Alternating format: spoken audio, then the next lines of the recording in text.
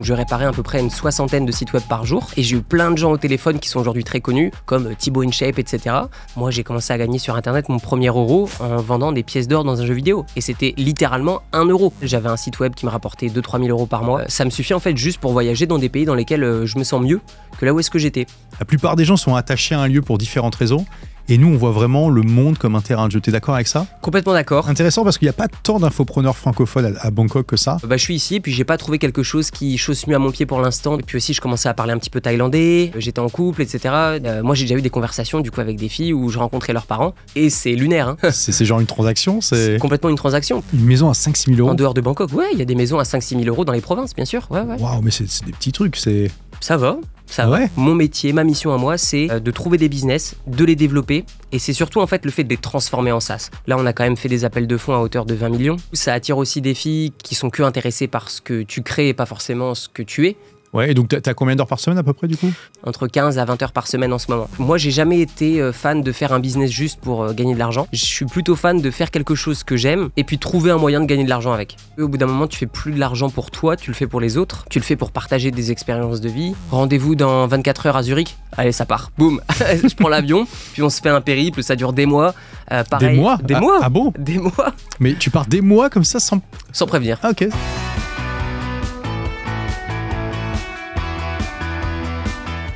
Salut Théo, comment tu vas? Bonjour Olivier, super et toi? Ça va super. Là, on est à Bangkok dans un studio tenu par des Français. Et je me suis dit, ça serait super cool de t'interviewer sur ton parcours d'entrepreneur, d'infopreneur. Merci beaucoup. On a un point commun, on est tous les deux des ch'tis. Ouais. Toi, t'es né à Roubaix, c'est ça? Alors, je suis né dans une petite ville qui s'appelle Ronc. Et après, j'ai fait mes études à Roubaix et mes études à Lille. Ouais. Donc on vient tous les deux du nord de la France, il fait moins 40, c'est bien connu. Comment tu t'es lancé dans l'entrepreneuriat? Waouh! Alors d'abord, donc j'ai commencé il y a très longtemps, j'avais 16 ans où j'ai gagné mes premiers euros sur Internet, où je vendais des pièces d'or dans un jeu vidéo. Et après, j'en avais marre de jouer aux jeux vidéo, du coup j'ai vendu mon ordinateur de jeu et je me suis racheté volontairement un ordi qui n'était pas assez puissant pour jouer aux jeux. Wow. Et en fait, en revendant mon ordi, je me suis dit, mince, on me l'a acheté plus cher que ce que je l'ai acheté. Du coup, j'ai fait du dropshipping entre l'Allemagne et la France. Et je me suis dit, mince, on peut gagner de l'argent en ligne. J'avais 17 ans. Et après, je sais pas pourquoi, j'ai complètement basculé sur une activité salariale. En fait, je faisais un BEP vente, j'ai fait un BTS NRC, j'ai fait une licence de web marketing. Et puis après, j'ai travaillé pour d'abord Nespresso, en centre d'appel, vraiment très compliqué. Et après, j'ai travaillé chez OVH, qui est du coup à Roubaix. Oui, c'est vrai. Et j'étais... je vais pas dire téléconseiller, mais j'étais technicien web. Donc, j'étais spécialisé dans réparer des sites web. Donc, je réparais à peu près une soixantaine de sites web par jour, que ce soit au téléphone ou par email. Et c'est compliqué de réparer un site web par téléphone. Ouais. Après, ça va, tu sais, on avait accès à beaucoup de choses. Et du coup, en voyant tous ces sites internet différents, il y en a qui gagnaient de l'argent, d'autres qui marchaient pas. Et en fait, je voyais vraiment quel était le business model de ces sites web. Et j'ai eu plein de gens au téléphone qui sont aujourd'hui très connus, comme Thibaut InShape, etc. Du coup, que j'ai un petit peu donné des conseils du coup, durant ces appels. Et puis après, quand mon contrat s'est terminé, déjà en parallèle, j'avais un site web qui me rapportait 2-3 000 euros par mois, où je vendais des fiches de révision. Et avant de lancer ça, du coup, je regardais tes vidéos. Et puis, je me disais, mince, lui, il a un mindset qui me ressemble. J'aimais bien aussi le fait que tu viennes du nord de la France, parce que du coup, je m'identifiais à ton parcours. Et puis, j'aimais beaucoup ce que tu prenais, ce que tu prônes toujours, qui est la liberté. Et donc, du coup, je me disais, moi, ce qui m'intéresse, c'est vraiment de voyager, c'est de travailler depuis chez moi, c'est d'avoir accès à... de prendre ses propres décisions. Parce qu'à un moment donné, j'étais en tant que salarié, je bossais chez Kiabi. Et je me souviens, quand j'avais 17 ans, je travaillais le week-end. Ma manager m'a dit, tu vas aller dans la réserve, tu vas étiqueter des vêtements pendant 1 mois. Et je lui ai répondu de manière innocente, je lui ai dit, j'ai pas envie. Et puis elle m'a dit, t'as pas le choix. Et du coup, je me suis dit, il faut se créer le choix. Et puis, j'étais pas forcément bon à l'école, j'étais pas passionné par le système scolaire habituel. Et du coup, je me suis dit, qu'est-ce qui me plairait? Et je me suis rendu compte que j'avais un bon niveau d'accomplissement, de rémunération et de stimulation intellectuelle en travaillant sur des sites internet. Et du coup, ton parcours, tes vidéos et ce que je voyais sur YouTube d'une manière générale aussi aux US, je me suis dit, tiens, je vais essayer. Je me dis, ça coûte rien d'essayer, ça coûte rien de se lancer. Et du coup, je me suis lancé, puis ça marchait plutôt bien. Puis après, je suis parti en Thaïlande. Alors, quand tu dis que tu t'es lancé, tu veux dire que tu as lancé une chaîne YouTube? Alors d'abord, j'ai lancé ce site internet pour aider des étudiants à réussir leur diplôme, le même que le mien. Et du coup, je te dis... Tu as quel diplôme? Un BTS NRC. Donc, tu n'as pas eu la chance de rater tes études alors? J'ai pas eu la chance de rater mes études, mais j'ai eu la chance de rater mon activité salariale. Ça s'est pas très bien passé. Beaucoup de tensions au boulot. J'aimais pas trop les ordres qu'on me donnait, le fait que parfois je me donnais comme si c'était ma propre boîte. Et finalement, à la moindre erreur, on te fait ressentir que t'es pas du tout dans la boîte, quoi. Donc tout ça cumulé m'a fait bifurquer sur la création de business en ligne. Mais alors, je suis étonné quand même parce que tu avais déjà un business d'import-export avec l'Allemagne qui marchait bien, ce qui te permettait de gagner de l'argent. Complètement. Tu avais un site qui te rapportait 2-3 000 euros par mois. Oui. Quel intérêt de devenir salarié? Eh bien, écoute, mon papa me voyait travailler depuis chez moi et puis m'a dit, quand il rentrait du boulot, il me disait « Ouais, t'as fait quoi aujourd'hui? T'as joué à l'ordi ?» Et je lui dis, non, pas vraiment, j'ai développé mes business et à l'époque, ça marchait pas trop, tu sais, tu travailles des mois parfois et tu gagnes rien. Et véridique, ma première vente où j'ai vendu un fichier PDF pour 11,90 €, j'étais trop content, je vais voir mon père, puis il me dit, c'est bien mon fils, t'as travaillé 3 mois et t'as gagné 11,90 €. Et fun fact, la première vente que j'ai faite, j'ai eu une demande de remboursement sur PayPal. Donc Aïe. Voilà, et puis le lendemain, j'ai vendu 2 fiches de révision. Et puis tu sais, au fur et à mesure du temps... pendant que j'étais salarié, le business a continué de monter. Et puis après, j'ai dit à mon père, écoute, ça fait plus sens en fait. Je gagnais déjà 2-3 000 euros par mois avec mon site. J'avais pas mal d'argent de côté vu que je dépensais rien. Et je me suis dit, ouais, c'est pas ça en fait que j'ai envie. J'ai pas envie d'être dans un bureau. D'accord, mais donc tu as bâti ton premier business à côté de ton emploi, oui, jusqu'au moment où il atteigne un seuil où tu pouvais en vivre. Oui. Et c'est là que tu es parti. Complètement. Voilà, donc tu n'as pas pris de risques démesurés. Non. Voilà, c'est aussi un point commun qu'on a, prendre des risques mesurés, savoir tester, expérimenter, mais sans non plus risquer de se retrouver à la rue en cas de problème. C'est ça. Bon, j'avais quand même mon père qui était là, je vivais encore chez mes parents à l'époque, donc ça a été, mais je suis quelqu'un qui la joue très safe, je suis très sécuritaire, puis je voulais pas partir de l'autre côté de la planète avec seulement 2-3 000 euros par mois, donc j'avais économisé un peu d'argent. Mais attends, t'avais déjà dans la tête de vouloir partir de la France? Ah ouais, déjà, je me souviens, j'avais fait mon premier voyage à l'étranger quand j'avais 17 ans, j'étais parti au UK, et je m'étais dit, waouh, qu'est-ce qui fait bon vivre? Je me suis dit, le fait de découvrir des nouvelles cultures, le fait de voir des autres décors, j'ai l'impression que les gens sont plus chill à l'étranger. Et je me suis dit, en fait, j'ai juste envie de découvrir. Je sais pas si j'allais m'expatrier, mais je me suis dit, j'ai envie de voyager. J'ai envie d'avoir le choix. Et je pense que cette envie de liberté est tellement forte, en fait, que je me suis dit, ça coûte rien d'essayer, en fait. Le risk-reward est super bon, quoi. Exactement. Donc, ça nous fait encore un point commun. T'étais vraiment parti dans cette idée de voyage comme manière de remplir le vide, de vivre une vie fascinante. Voilà. Donc tu as ton business qui commence à marcher, tu démissionnes, c'est ça, de OVH? C'est ça, ouais. Et là, donc, il s'est passé combien de temps entre ce moment-là et le moment où tu es parti? Oh, il s'est passé 15 jours. Ah oui. Je suis allé, à l'époque, le site s'appelait Nomadlist. Maintenant, c'est Nomad, tu sais, où tu as des gens qui donnent des notes sur les villes dans lesquelles ils vivent à l'étranger. Et je me suis pas embêté. Je suis allé à la première destination qui, à l'époque, était Chiang Mai. Et du coup, j'ai pris un aller simple et je suis resté 1 mois. Et au bout d'1 mois, je me suis dit, j'ai envie quand même de retourner en France, dire au revoir à mes parents, etc. Parce que je sens que quand je vais revenir, je vais pas rester 1 mois, quoi. Donc, je suis revenu en France. J'ai passé un peu de temps avec ma famille, peut-être 1 mois. Et puis après, j'ai fait mes valises et puis je suis parti. Et meilleure décision de ma vie, mais c'était un peu délicat parce que même toi, tu étais déjà expat depuis bien longtemps. Mais déjà, moi, à l'époque, c'était à 10 ans. Tu es parti quand? Il y a 10 ans. J'avais 21 ans. Là, j'ai 31. Non, donc moi, je suis parti de France en 2015. Ok. Donc, tu vois. Voilà. Ouais. Et donc, du coup, à l'époque, à Chiang Mai, il y avait beaucoup moins d'expatriés. Il y avait aussi beaucoup moins d'informations disponibles sur le web. Et donc, c'était un peu délicat. Je me sentais un petit peu seul au début. Et c'est pour ça que je suis revenu après en Europe, où j'ai vécu à Malte pendant 2 ans et demi. Et c'est là où vraiment je me suis enfermé chez moi. J'ai travaillé comme un malade. Je me suis dit, en fait, ça y est, j'ai découvert ce que je voulais. Et ce que je voulais sur le long terme, c'était d'avoir une famille et de pouvoir subvenir à leurs besoins avec des revenus passifs. Et donc, je m'étais mis en tête un certain montant à gagner et à investir. Et donc, du coup, je m'en foutais de où j'étais dans le monde. Je voulais juste avoir un ordinateur, une connexion Internet et créer un max de contenu et faire un maximum d'argent pour justement me permettre d'avoir cette liberté, mais plus juste à mon seul niveau, mais aussi avec potentiellement ma femme et mes enfants à l'avenir. Et quel était ce montant que tu t'étais fixé? Alors, à l'époque, je m'étais dit, si je gagne 10 000 euros par mois, je suis le roi du monde. La réalité, c'est que tu le sais comme moi, quand tu arrives à ce montant-là, tu es soumis à de nouvelles offres qui, du coup, t'emmènent un peu plus loin. Et puis du coup, ce nouveau montant, il est venu augmenter avec le temps, au fur et à mesure aussi que mon confort est venu augmenter. Et voilà. Et donc, ça a commencé comme ça. Ma quête des revenus passifs. mais donc, tu arrives à Chiang Mai, donc tu repars en France, tu repars à Chiang Mai à ce moment-là. Oui. Et tu es resté basé là-bas combien de temps? Un an. Un an, peu plus d'un an, ouais. Donc, c'est aussi connu comme étant l'endroit où tu vas quand justement tu démarres ton business parce que c'est pas cher, c'est exotique, tu as beaucoup d'avantages. Et là, comment tu as commencé à bâtir ton business? Donc, tu as commencé avec ces fiches de révision?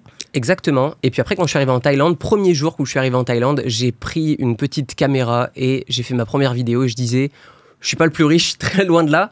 Par contre, je gagne 2-3 000 euros par mois.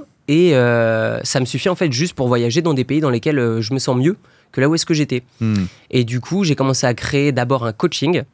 Cette vidéo est toujours en ligne? Cette vidéo est toujours en ligne. C'est faire en sorte que tous les réseaux sociaux travaillent pour vous automatiquement dans un seul but, vendre davantage vos produits. Du coup, je me suis dit, je me sens bien. Puis après, je me suis retrouvé prisonnier un petit peu de mon business parce que je travaillais énormément. Alors je gagnais un peu plus d'argent, mais pas au point où je me disais, j'ai plus cette notion de liberté. En fait, je me suis créé mon entreprise et je suis prisonnier de ce truc-là. Et donc après, j'ai créé une formation. Et puis après, là, j'ai commencé à me dégager du temps libre. Une formation sur quoi? Vivre de son blog en 1 heure par jour. Ok. Et là, j'ai commencé à gagner un peu plus. Et puis après, je me suis dit, faut voir plus gros. Et puis après, j'ai commencé à créer des formations beaucoup plus complètes. Et puis après, comme je gagnais plus d'argent, j'ai commencé à investir dans l'immobilier, dans la bourse. Et du coup, je faisais des formations qui, justement, montraient aux gens comment moi, je faisais. Et à côté de ça, évidemment, je me formais. Et puis après, voilà, ça a commencé comme ça. Et puis, c'est vraiment à Malte où j'ai commencé à gagner vraiment mieux ma vie. Alors, qu'est-ce qui t'a fait partir de la Thaïlande pour aller à Malte? Le choc culturel. Le choc culturel, il y a 10 ans en Thaïlande, était vraiment important. Je pense que j'étais pas prêt, de une, à un tel choc. Et de deux, je pense qu'il n'y a pas les mêmes infrastructures, il n'y a pas le même réseau qu'il y a aujourd'hui. Et si tu veux, quand tu es jeune, tu t'en fiches un petit peu des infrastructures, genre hôpitaux, écoles, etc. La réalité, c'est que si tu veux préparer une expatriation vraiment sur le long terme, limite une immigration, tu dois prendre en considération pas juste tes besoins, mais aussi ceux de ta future famille si tu en veux une, et aussi les opportunités de business, si tu veux te développer aussi en physique. Et du coup, Chiang Mai, je trouvais que c'était pas un univers qui me ressemblait pour ce que je voulais. Et du coup, quand je suis parti à Malte, c'était pas non plus l'univers dans lequel je voulais évoluer. Par contre, je me suis dit, temporairement, c'est une bonne base. J'étais encore assez proche de ma famille à ce moment-là. Et donc, je voulais passer beaucoup de temps avec eux. C'était aussi beaucoup plus facile, tu sais, en termes de réseau, parce qu'il y a beaucoup de Français aussi à Malte. Oui. Et je me suis rendu compte que c'était pas le meilleur milieu dans lequel les entrepreneurs étaient à Malte qui m'intéressait. C'est très, tu sais, casino, gambling, etc. Absolument, oui. Et j'ai pas d'affinité déjà avec ça. Et je sais pas, ça me ressemble pas. Je ressens pas la valeur ajoutée. Alors ouais, il y a beaucoup d'argent, mais c'est pas ma quête première. Donc non, mais exactement. La question, c'est qu'est-ce que ça apporte comme valeur à l'humanité, un casino? Voilà. Ouais, pas grand-chose. Pas grand-chose. Du divertissement. Voilà. Ouais. Au mieux, au meilleur des cas, du divertissement. Voilà. Et puis au pire, ça. C'est de l'arnaque. Voilà. Bon. Donc du coup, ça me ressemblait pas. Et puis je commençais à avoir plus de temps libre aussi. Et je me suis dit, avec qui je vais passer mon temps libre? Le problème, c'est que pas top, le réseau là-bas. Enfin, pas aussi bien, du coup, que ce que j'avais pu trouver ailleurs. D'ailleurs, c'est là où on s'est rencontrés la première fois. C'était en 2017 à Malte. Oui. Où j'étais allé faire une étude de cas de mon élève Bertrand Millet. Qui est un ami, d'ailleurs. Voilà, et puisqu'il vivait à Malte aussi, comme beaucoup, d'ailleurs. Oui. Il y avait Maxence Rigotier. Il y a un moment, il y avait quand même pas mal de gens qui sont devenus très bons dans leur catégorie. Oui. Il y avait beaucoup de bonnes personnes. Mais j'ai remarqué que peu de gens sont restés longtemps, quand même. Exactement. On est tous restés pour les plus tenaces 5 ans. Mais généralement, déjà après 2 ans, tu te posais la question de est-ce que je veux rester. Malte. C'est trop petit. Puis aussi, encore une fois, les infrastructures sont pas là. Et puis aussi, la qualité des restaurants, quand tu gagnes mieux ta vie, des fois, tu as envie de te faire un peu plaisir. Et je pense que pour du medium gamme, c'est super. Mais dès que tu veux parfois tester des belles expériences, comme tu peux avoir par exemple à Londres, tu as des très très bons restos et tu as des restos accessibles. Exactement. J'aime bien en fait cette liberté de choix. Et en fait, à Malte, tu n'avais pas trop cette liberté de choix dans ce que tu voulais expérimenter. Et puis aussi, les locaux, j'avais vraiment du mal à accrocher avec eux. Tandis que dans toutes les autres villes et pays dans lesquels je m'étais expatrié, j'avais eu beaucoup plus d'amis locaux qu'à Malte. Mais donc, à part la Thaïlande et Malte, tu avais fait quoi comme pays? J'ai vécu aussi en Espagne pendant un peu moins d'1 an. Où ça? À Marbella. D'accord. À Marbella. Et j'étais vraiment dans une période où je me disais, ça y est, je veux pas plus d'argent dans ma vie, etc. Mais je me suis dit, par contre, la fiscalité, c'est quand même un point important pour moi. Et quand je suis arrivé en Espagne, ils avaient retiré temporairement la loi Beckham. Et du coup, je me suis dit, mince, je fais ma super année, je fais ma meilleure année au monde de ma vie. Et la loi pour alléger ma fiscalité est annulée le jour où j'arrive. Le jour où t'arrives. Ouais. Mais c'est plutôt une loi qui est pour les salariés, ça, non ? De mémoire, c'était... alors, je ne sais pas si ça doit probablement s'appliquer aussi aux salariés, mais dans mon cas, au moment où j'y étais allé, donc c'était à 7 ans, c'était une déduction d'impôt sur ton entreprise et tu pouvais te créer une flat tax. D'accord. Et du coup, ils changeaient ce truc-là. Parce que d'ailleurs, la loi Beckham existe toujours maintenant, mais elle a évolué avec le temps. Et donc, du coup, je me suis dit, quel est le setup le plus rapide où j'ai un meilleur réseau possible et où je sais que le setup, d'un point de vue fiscal, est stable, bah, c'est la Thaïlande. Et donc, du coup, j'ai fait un vol direct. Malte, j'ai pas fait un vol direct, mais je suis parti direct d'Espagne à Bangkok. Et quand je suis arrivé, bah, la ville était différente. Parce que quand je suis venu pour la première fois à Bangkok, il y a de ça 10 ans, c'était pas du tout la même chose. La ville n'était pas pareille. Elle n'était pas aussi développée. Il n'y avait pas des hôpitaux de ce niveau-là. Il n'y avait pas des écoles de ce niveau-là. Bangkok devient un lieu du tourisme médical aujourd'hui. Il y a des gens qui viennent ici parce que le rapport qualité-prix des soins est exceptionnel. Bah encore hier, j'ai une amie thaïlandaise qui me disait « J'ai refait mon nez en Thaïlande. Pourtant, j'étais parti en Corée. Et j'ai vu les prothèses qu'ils utilisaient. J'ai vu les médecins qu'ils avaient. » Bah, c'est pas le même niveau qu'ici en Thaïlande et le ratio qualité-prix est aussi plus intéressant. Donc bah, je le comprends, même moi je suis allé aussi en Corée du coup pour aller me faire une consultation par un des meilleurs dermatologistes qui s'occupe des K-pop stars et il m'a dit le fais pas ici, c'est trop cher, aujourd'hui il y a plein de pays qui importent nos produits, donc si tu veux avoir des produits coréens mais dans d'autres pays, bah, c'est beaucoup moins cher. Donc voilà, et puis du coup bah, je suis ici et puis j'ai pas trouvé quelque chose qui chausse mieux à mon pied pour l'instant depuis 7 ans maintenant. Et alors, c'est intéressant parce qu'il n'y a pas tant d'infopreneurs francophones à Bangkok que ça. La plupart vont plutôt à Dubaï ou alors il y a Malte comme étape intermédiaire souvent. Un petit peu Tallinn, beaucoup Lisbonne, mais maintenant ça va sauter puisque le NHR a sauté. C'est un statut fiscal particulier qui était très intéressant mais qui n'existe plus. Mais beaucoup de gens vont à Dubaï finalement. Alors on a parlé un petit peu off caméra, mais ça serait intéressant de savoir pourquoi tu t'es pas fixé sur cette ville. Alors pourquoi Dubaï ? Moi, la première fois où je suis allé à Dubaï, c'était il y a de ça 7 ans. Et le réseau n'était pas le même non plus. C'est clair. Et moi, j'y suis arrivé il y a 6 ans. Il n'y avait personne à part Tammy, en gros. Hein. Voilà, donc, c'est ça. Ouais. Et donc, je suis arrivé à l'époque et je me suis dit, mince, j'ai envie de rencontrer des gens. Et c'était pas encore ça. Et puis aussi, le marché immobilier était très instable à l'époque. C'est pas la même chose. Le marché est devenu beaucoup plus mature aujourd'hui, mais il faut se remettre dans le contexte qu'à l'époque, c'était pas le cas. Même chose avec la Thaïlande, hein, c'était pas aussi mature que ça peut l'être. Aujourd'hui, c'est pas le truc le plus mature, mais quand même. Là, tu vois, c'est un point de différence entre nous, c'est que pour toi, la capacité de pouvoir investir physiquement dans le pays est importante, alors que pour moi, j'en ai rien à carrer parce que ça m'intéresse pas en fait. Moi, je veux juste bâtir des entreprises en ligne et du business en ligne, et du coup, j'ai pas ce critère-là dans mes choix. Pourquoi c'est important pour toi Je pense que c'est de par mon background, de par ma famille, où on a un peu galéré quand même niveau financier. Et donc, du coup, j'ai toujours eu ce sentiment d'avoir besoin d'avoir une résidence principale, d'avoir des choses que je peux toucher. Parce que j'ai aussi, peut-être tout comme toi, connu des très hauts, mais aussi des très bas avec mon business en ligne. Et donc, du coup, je me suis dit, comment est-ce que je peux m'offrir une certaine stabilité ? Et bah, c'est en ayant, je pense, émotionnellement, des business physiques. Et donc, du coup, ça m'a rassuré, si tu veux, dans mon expatriation. Et du coup, pourquoi pas Dubaï et pourquoi Bangkok ? Bah, simplement parce qu'aujourd'hui, si je devais refaire une expatriation, bah, Dubaï est beaucoup plus simple. Dubaï est beaucoup plus solide niveau réseau. Dubaï a beaucoup plus d'infrastructures. C'est un marché beaucoup plus mature. Mais le temps a passé. Et puis aujourd'hui, j'ai un réseau qui est beaucoup plus intéressant ici que le temps que ça va me prendre de recréer le même à Dubaï. Ça va être plus compliqué. Oui, j'ai pu voir, parce qu'on s'est vu un peu de fois avant, c'est impressionnant. Là. Puis tu as plusieurs restaurants aussi dans la ville. Voilà, tu commences à être connu quand même dans un certain milieu.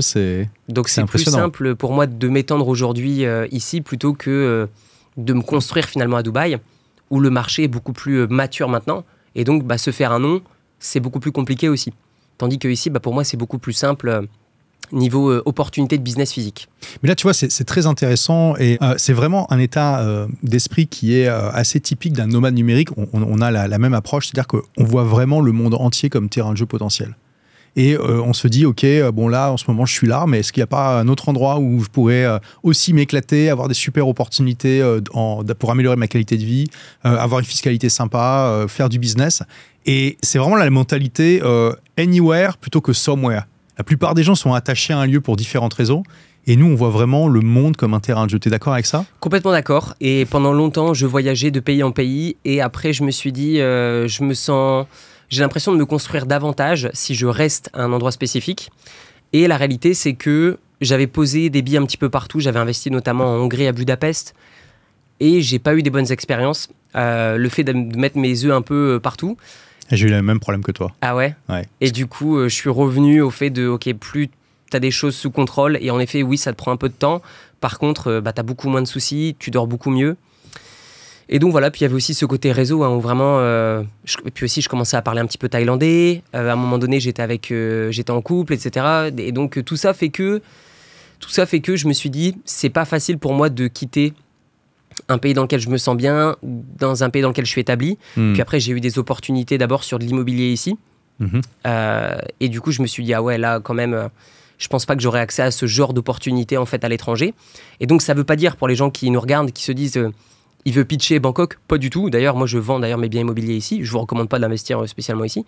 C'est juste qu'à un moment donné, il y a des opportunités. Et si vous êtes là et que vous connaissez le marché et que vous avez un réseau, peu importe où vous êtes dans le monde, vous avez accès à un edge de malade, en fait. Chose qui n'est pas le cas quand vous vous baladez à droite, à gauche. Absolument. Ou en tout cas, moins le cas. Et donc, tout ça fait que je suis resté ici. Voilà. Mais je voyage énormément. Pas plus tard qu'il y a de ça 2 semaines, j'étais à Dubaï. Là, je vais faire un tour avec un autre infopreneur. On va partir un peu partout. Donc voilà. Tu gardes cette mobilité, mais avec Bangkok comme base. Tu voyages combien de mois par an, à peu près? Je dirais que je voyage entre 3 à 4 mois par an. Donc, il y a vraiment 1 mois qui est avec ma famille et 3 mois qui est avec soit des amis, soit avec une chérie. Voilà, on voyage un peu. Et généralement, c'est très souvent Japon, Espagne, Italie, des fois les pays d'Europe de l'Est avec un ami, mais généralement, c'est souvent les mêmes destinations. Ouais. Ah oui, tu tombes amoureux du Japon? Ah, j'adore. Comme beaucoup, hein. Ouais, Japon, franchement, pour vivre, je ne sais pas si je pourrais, parce que le choc culturel est encore différent. La fiscalité est moins intéressante, les visas sont moins faciles d'accès. Donc je pense que c'est encore un peu fermé, mais il s'ouvre de plus en plus. J'ai pu voir depuis que j'y suis allé la première fois, ils parlent beaucoup mieux anglais qu'à l'époque. Donc je pense qu'avec ce qui leur est arrivé d'un point de vue financier, la currency, etc., ils commencent à réfléchir à on devrait peut-être s'ouvrir un petit peu. Donc je pense qu'il serait temps quand même.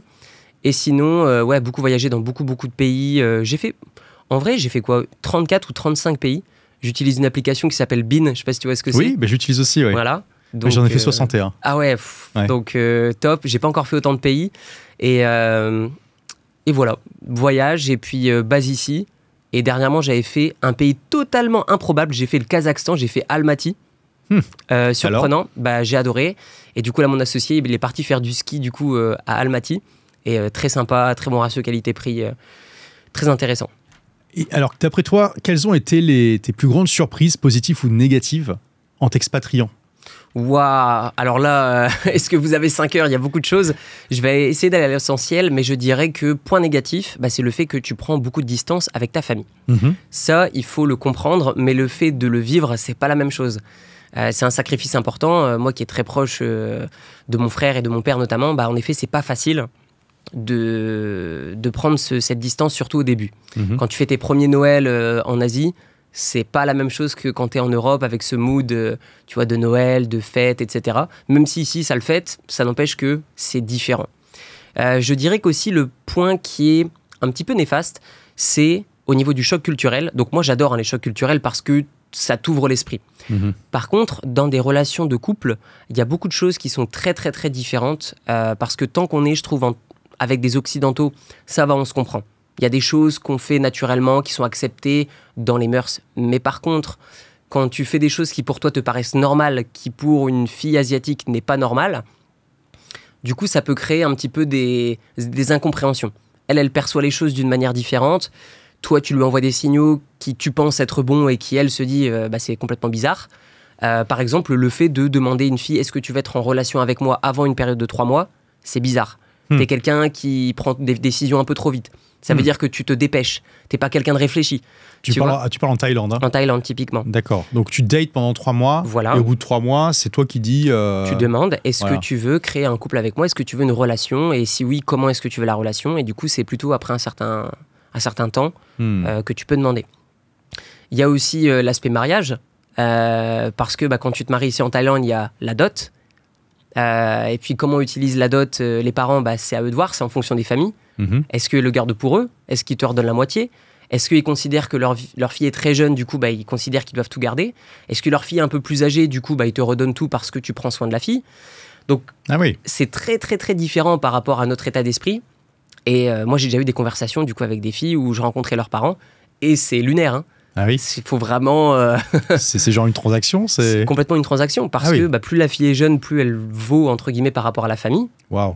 Et puis à l'inverse, plus elle est âgée et plus tu fais un cadeau à la famille que de la prendre parce que si tu la maries pas, c'est la honte pour la famille. Donc il y a plein de choses qui sont différentes. Et puis par exemple, si la famille a 2 filles et que toi tu maries la plus jeune, c'est la honte pour la fille qui est plus âgée parce qu'elle s'est pas mariée avant la plus jeune. Donc du coup, tu dois payer, mais pour. D'accord, compenser. Voilà. Exactement. Et donc, donne-nous une ordre d'idée de combien c'est une dot. Ça va dépendre. Donc, une fille qui va typiquement être d'une famille qui va être en dehors de Bangkok, parce que la Thaïlande, c'est vraiment découpé en 3 parties. Vous avez Bangkok, où en effet, là, c'est un peu plus riche. Pour vous donner une idée, le top 1% des gens en Thaïlande gagnent plus que le top 1% des gens en France. Ça ne veut pas dire que c'est plus riche. Ça veut juste dire qu'il y a plus de castes sociaux différents. Par contre, dès que vous sortez de Bangkok, c'est beaucoup moins développé. Donc il y a des régions comme par exemple ceux qui sont déjà venus en Thaïlande et dès que vous demandez à une belle fille d'où est-ce qu'elle vient, je viens de Isan. C'est tout le temps la même chose, c'est une province qui est dans le nord de la Thaïlande et donc il y a des très beaux mix et donc du coup ces familles-là, ce sont des familles qui viennent plutôt du countryside, donc du coup elles ont beaucoup moins d'argent. Donc je vais vous donner des chiffres dans les grandes lignes, donc il y a des gens qui vont vivre en Thaïlande qui vont dire c'est pas ci, c'est pas ça, je vous parle d'une manière générale. Une fille à Bangkok qui va être jeune, je vais dire entre 23 et 25 ans, c'est ce qu'on va considérer comme jeune ici auprès des familles thaï. Considéré en fonction aussi de votre situation et de la situation du papa, ça peut aller de 30 000 euros à 300 000 euros en fonction. Et c'est pas de l'argent que vous donnez, c'est de l'argent que vous mettez sur la table pour montrer que vous allez vous occuper bien de la fille que vous prenez à la famille. Et par contre, si vous mariez une fille qui est en dehors de Bangkok, là, la famille va soit rien vous demander, soit elle va vous dire juste offre-nous des cadeaux de l'équivalent de 5-6 000 euros, soit tu nous payes une maison à 5-6 000 euros en Thaïlande. Une maison à 5-6 000 euros? En dehors de Bangkok, il y a des maisons à 5-6 000 euros dans les provinces, bien sûr. Waouh, mais c'est des petits trucs, Ça va. Ouais, même des fermes, etc. Ça coûte pas si cher. Wow. Et donc, et puis après, il y a Phuket, où là, encore une fois, c'est un cosmos un petit peu différent, où là, il y a des lois différentes, etc. Et donc là, ça va être vraiment à la tête du client, et c'est généralement à Phuket qui a les dots les plus élevées, mais pas forcément payées sur la table. Et par contre, à Bangkok, c'est plus les dots payées sur la table qui sont pas forcément gardées par la famille. Parce que du coup, à Bangkok, les familles sont plus riches qu'à Phuket. Du coup, tu t'es marié? Je me suis pas marié, j'étais très proche 2 fois. Ah oui. Mais alors je vais pas raconter d'histoire perso parce que j'ai pas envie que les gens se disent ils disent du mal. Je vais juste vous donner des statistiques. La Thaïlande, c'est le pays où les gens qui sont mariés trompent le plus leur conjoint. C'est statistique, homme ou femme. Donc j'étais naturellement statistiquement confronté du coup à ces situations après plusieurs années où du coup je découvre des choses. Je découvre aussi qu'il y a des filles avec qui je reste depuis un petit moment, soit avec d'autres personnes depuis encore plus longtemps mais qui n'habitent pas ici, qui donnent de l'argent tous les mois, mais vraiment beaucoup d'argent à la famille. Et du coup, la fille a la pression parce qu'elle ne peut pas quitter cet homme parce qu'ils reçoivent beaucoup d'argent. Donc c'est vraiment des situations auxquelles on n'est pas confronté en fait en Europe, ou en tout cas pas ce niveau de fréquence, je vais dire. Et l'argent a vraiment une importance. C'est dans la culture. C'est dans la culture depuis très longtemps. Et donc, du coup, c'est pas qu'elles sont des michtos ou des gold diggers. C'est juste que c'est dans la culture. Même une fille bien ne se mettra pas avec quelqu'un qui est juste gentil.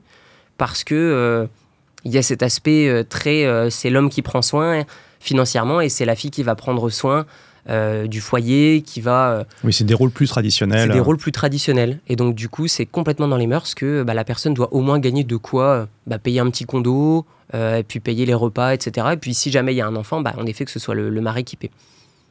Donc ça, c'était dans les surprises plutôt, on va dire, neutres ou négatives. Voilà. Qu'est-ce que tu as eu comme surprise positive? Surprise positive, écoute, c'est la gentillesse des gens, ou plutôt la bienveillance. C'est-à-dire que les gens sont contents que tu réussis. Les gens sont contents de te voir heureux. Les gens veulent globalement que tu te sentes bien. Et j'aime aussi cette notion de respect, peu importe le caste social que tu as. J'aime aussi que les gens se mélangent. Alors, c'était plus le cas avant que maintenant, quand même, je dois l'avouer.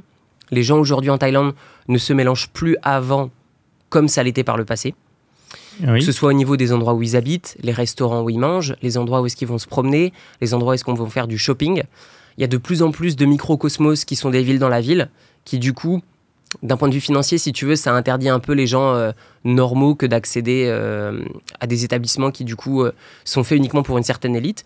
Donc je trouve ça un petit peu dommage, mais du coup le gros avantage c'est que si tu veux un aspect totalement différent de Bangkok, parce que Bangkok c'est très grand, je crois que c'est un délire comme 14 fois la taille de Paris, c'est vraiment gigantesque, mais donc du coup c'est très différent d'un quartier à un autre. Et donc si tu veux te retrouver dans des beaux buildings avec des très beaux restaurants uniquement, bah, tu vas aller par exemple au building qui s'appelle One Bangkok, qui est un des derniers shopping malls qui a coûté 6 milliards de dollars, où tu vas à Khon Siam, c'est vraiment des microcosmos où là c'est vraiment fait pour des castes différents. Donc je dirais que c'est sympa, mais d'un point de vue culturel, un peu discutable. Et en termes de vraiment trucs super positifs, c'est honnêtement, je dirais, tous les services qui sont à ta disposition.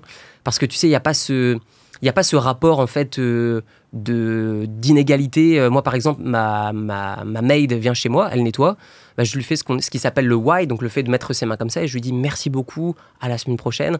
Je leur donne de l'argent à Noël, à leur anniversaire, comme si c'était un peu mes proches, tu vois. Même chose avec mon driver, pareil. Hier je lui ai donné de l'argent, je lui ai dit bah, joyeux Noël, en plus de ça tu as travaillé pour Noël pour moi, tu m'as conduit à droite à gauche, t'étais pas avec ta famille, donc je comprends, donc je te donne de l'argent. Oui, j'étais surpris d'ailleurs à quel point ils fêtent Noël ici, il y a des arbres de Noël partout, tout est décoré, c'est rigolo, alors qu'ils sont plus bouddhistes que chrétiens quand même, mais bon, ça c'était une parenthèse. Donc voilà, mais notion de respect. Oui, je suis d'accord, ça c'est vraiment impressionnant, les gens te disent, ont toujours le sourire, enfin souvent, ils te remercient beaucoup, il y a beaucoup de respect et de tolérance aussi dans cette culture, il faut le dire. Moi c'est ce que ça m'a appris le plus, c'est la tolérance, de comprendre que on est tous différents et on a tous des manières de faire qui sont différentes. Et je me dis toujours, entre ce que je pense, ce que je dis, ce que la personne entend et ce qu'elle comprend, il y a tellement de distorsions qu'il est important d'avoir un discours qui est neutre et que la personne comprenne de la manière la plus simple ce que tu veux lui dire.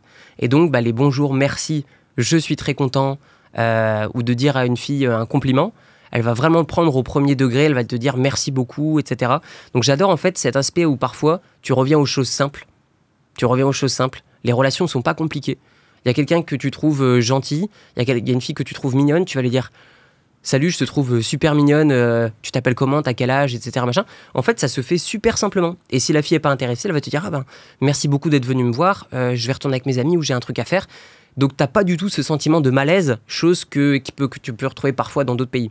Oui, tu vas pas te faire jeter méchamment. C'est ça. Même chose avec des gars. Des fois, c'est déjà arrivé, je vois quelqu'un avec une super montre, je lui dis « Waouh, elle est super ta montre, machin. » Tu dis ça à quelqu'un en Europe, il flippe, il se dit ah, il va me la voler ou quoi. Et si c'est ah ouais top, t'aimes bien les montres toi aussi, bah ouais nanana machin.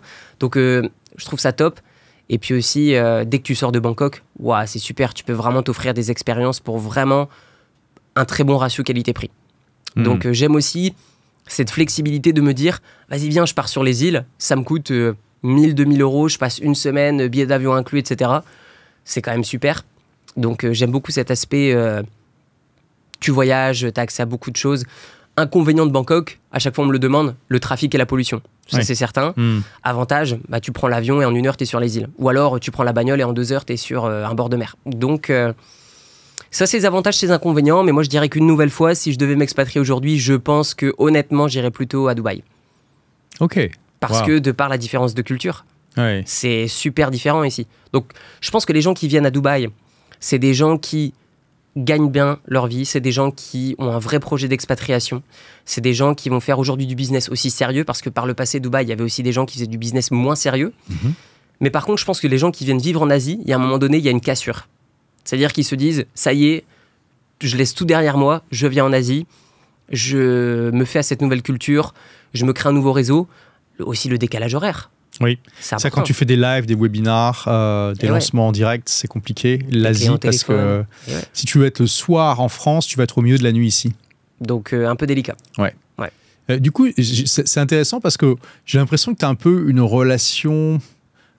Amour-haine, c'est peut-être un peu fort, peut-être ambigu, je sais pas, avec la différence culturelle, parce que je sens que d'un côté ça te fascine et que effectivement, moi je comprends, je vis la même chose. Tu vois, c'est toujours, tu t'en prends tellement plein la tête dans différentes cultures. Tu dis ah bon, mais moi j'aurais jamais pensé que ça serait possible, mais en fait pour les gens là ici c'est normal. Donc tu as cette fascination, mais en même temps tu dis à Dubaï, j'aurais probablement aujourd'hui je m'expatrierai à Dubaï parce que la différence culturelle est moindre. Donc Oui, parce que je pense qu'aujourd'hui, j'ai compris une grande partie de la culture thaï, mais ça n'empêche que dans les faits, c'est toujours un peu bizarre. Même chose ici, tu vois, on est dans un royaume, c'est pas un pays. Donc, les lois sont pas les mêmes. Bah, Dubaï, c'est pareil, c'est une monarchie. Oui, mais tu as quand même beaucoup plus de droits, je trouve, par exemple, au niveau des terrains. Tu peux acheter des terrains. Par exemple, ici, en Thaïlande, tu peux pas.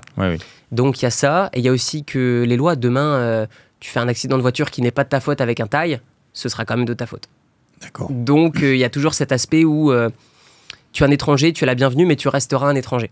Mais c'est vrai aussi à Dubaï, mais ça se voit moins, parce que comme il y a 85% de la population qui est expat, si tu as un accident de voiture avec un Émirati, je suis pas sûr que la loi s'applique de manière très très fair à toi, mais le truc c'est que tu as très peu de chances d'avoir un accident avec un Émirati vu qu'ils sont 15% de la population. C'est ça. Donc, et la langue aussi, la langue. Oui, aujourd'hui je parle un peu thaï, mais tu vas à Dubaï, tout le monde parle anglais, c'est super agréable.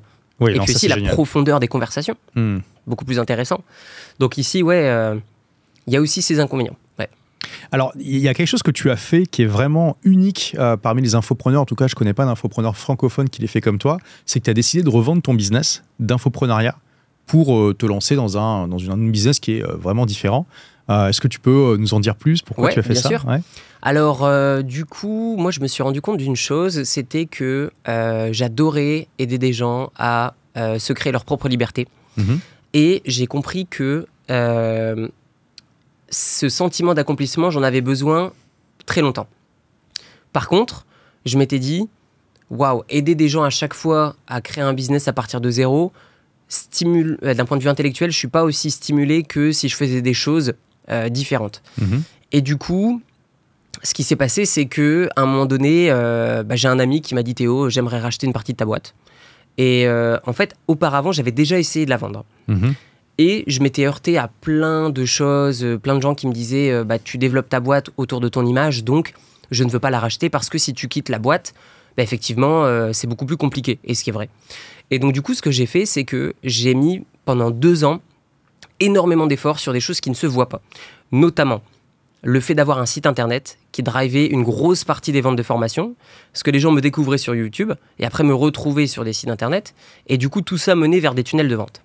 Et du coup, à un moment donné, je me suis dit, j'aimerais bien vendre, mais je me suis heurté justement à cette friction qui était de, si tu pars de la boîte, ce sera pas top. Donc, ce que j'ai fait, c'est que j'ai créé un setup, j'ai créé une structure qui fait que, au prix auquel je l'ai revendu, c'était à peu près 3 ans du profit de la boîte.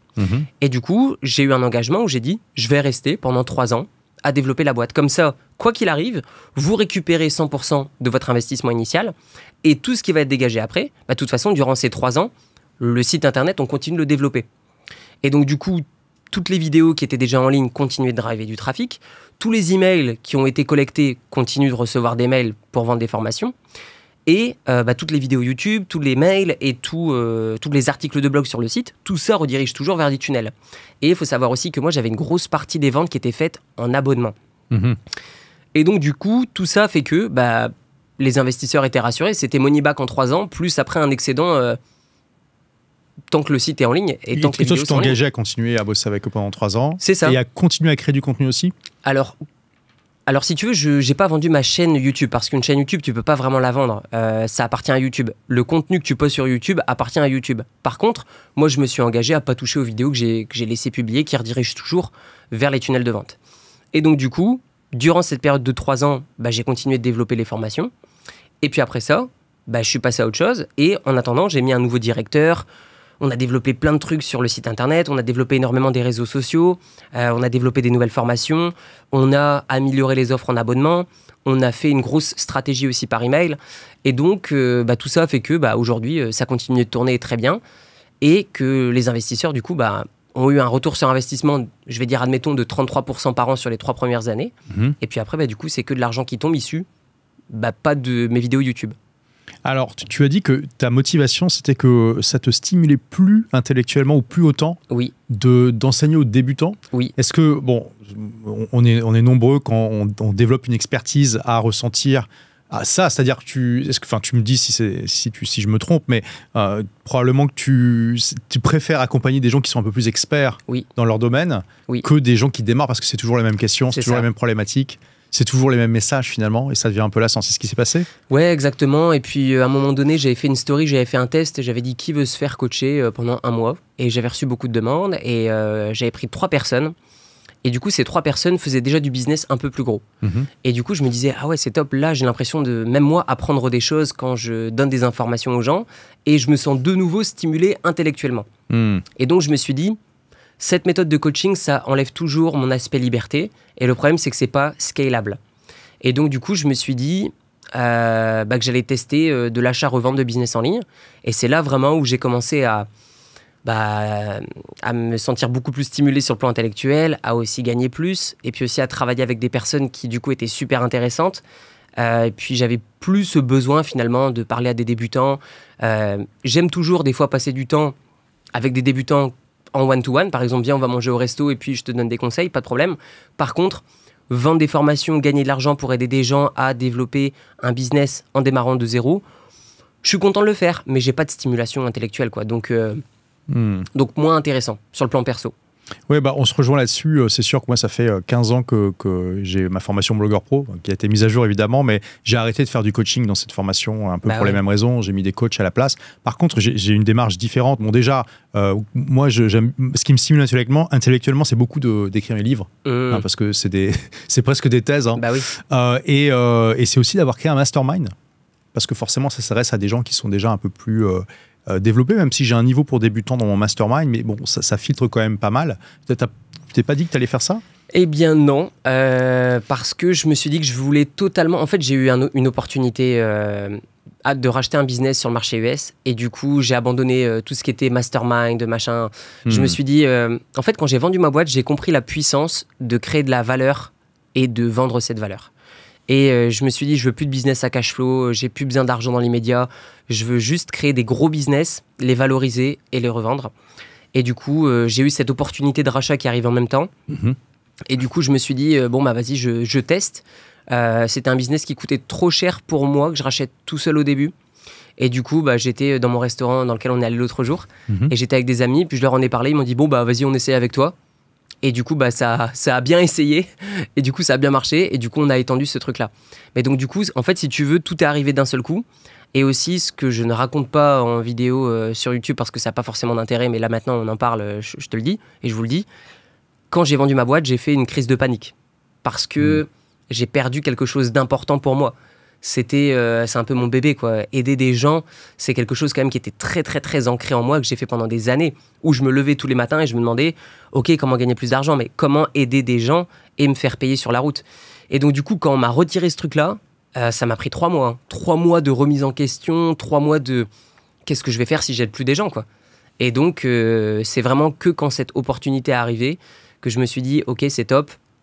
Et aujourd'hui, sur le plan stimulation intellectuelle, super. Sur le plan personnel, c'est pas pareil. Sur le plan accomplissement perso, c'est pas pareil.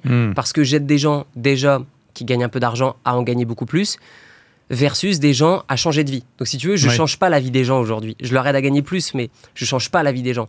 Par contre, sur le plan stimulation intellectuelle, ah ouais, là, c'est super. Oui, je dis souvent que le métier d'infopreneur, c'est un des meilleurs du monde parce que pour ceux, en tout cas, qui appliquent les conseils et pour qui ça marche, c'est génial. C'est une transformation. Tu as dû avoir beaucoup de reconnaissance. Ah oui. Voilà, tout comme toi, des gens qui viennent te voir et qui te disent même si j'ai pas acheté ta formation, j'ai vu tes vidéos et ça m'a donné ne serait-ce que 1% en plus. C'est bon, notre métier est gagné. C'est bon. Et il y a des gens même qui disent t'as complètement changé ma vie et sans toi, j'y serais pas arrivé. Donc ça fait vraiment plaisir. Hein. C'est vrai que c'est beau.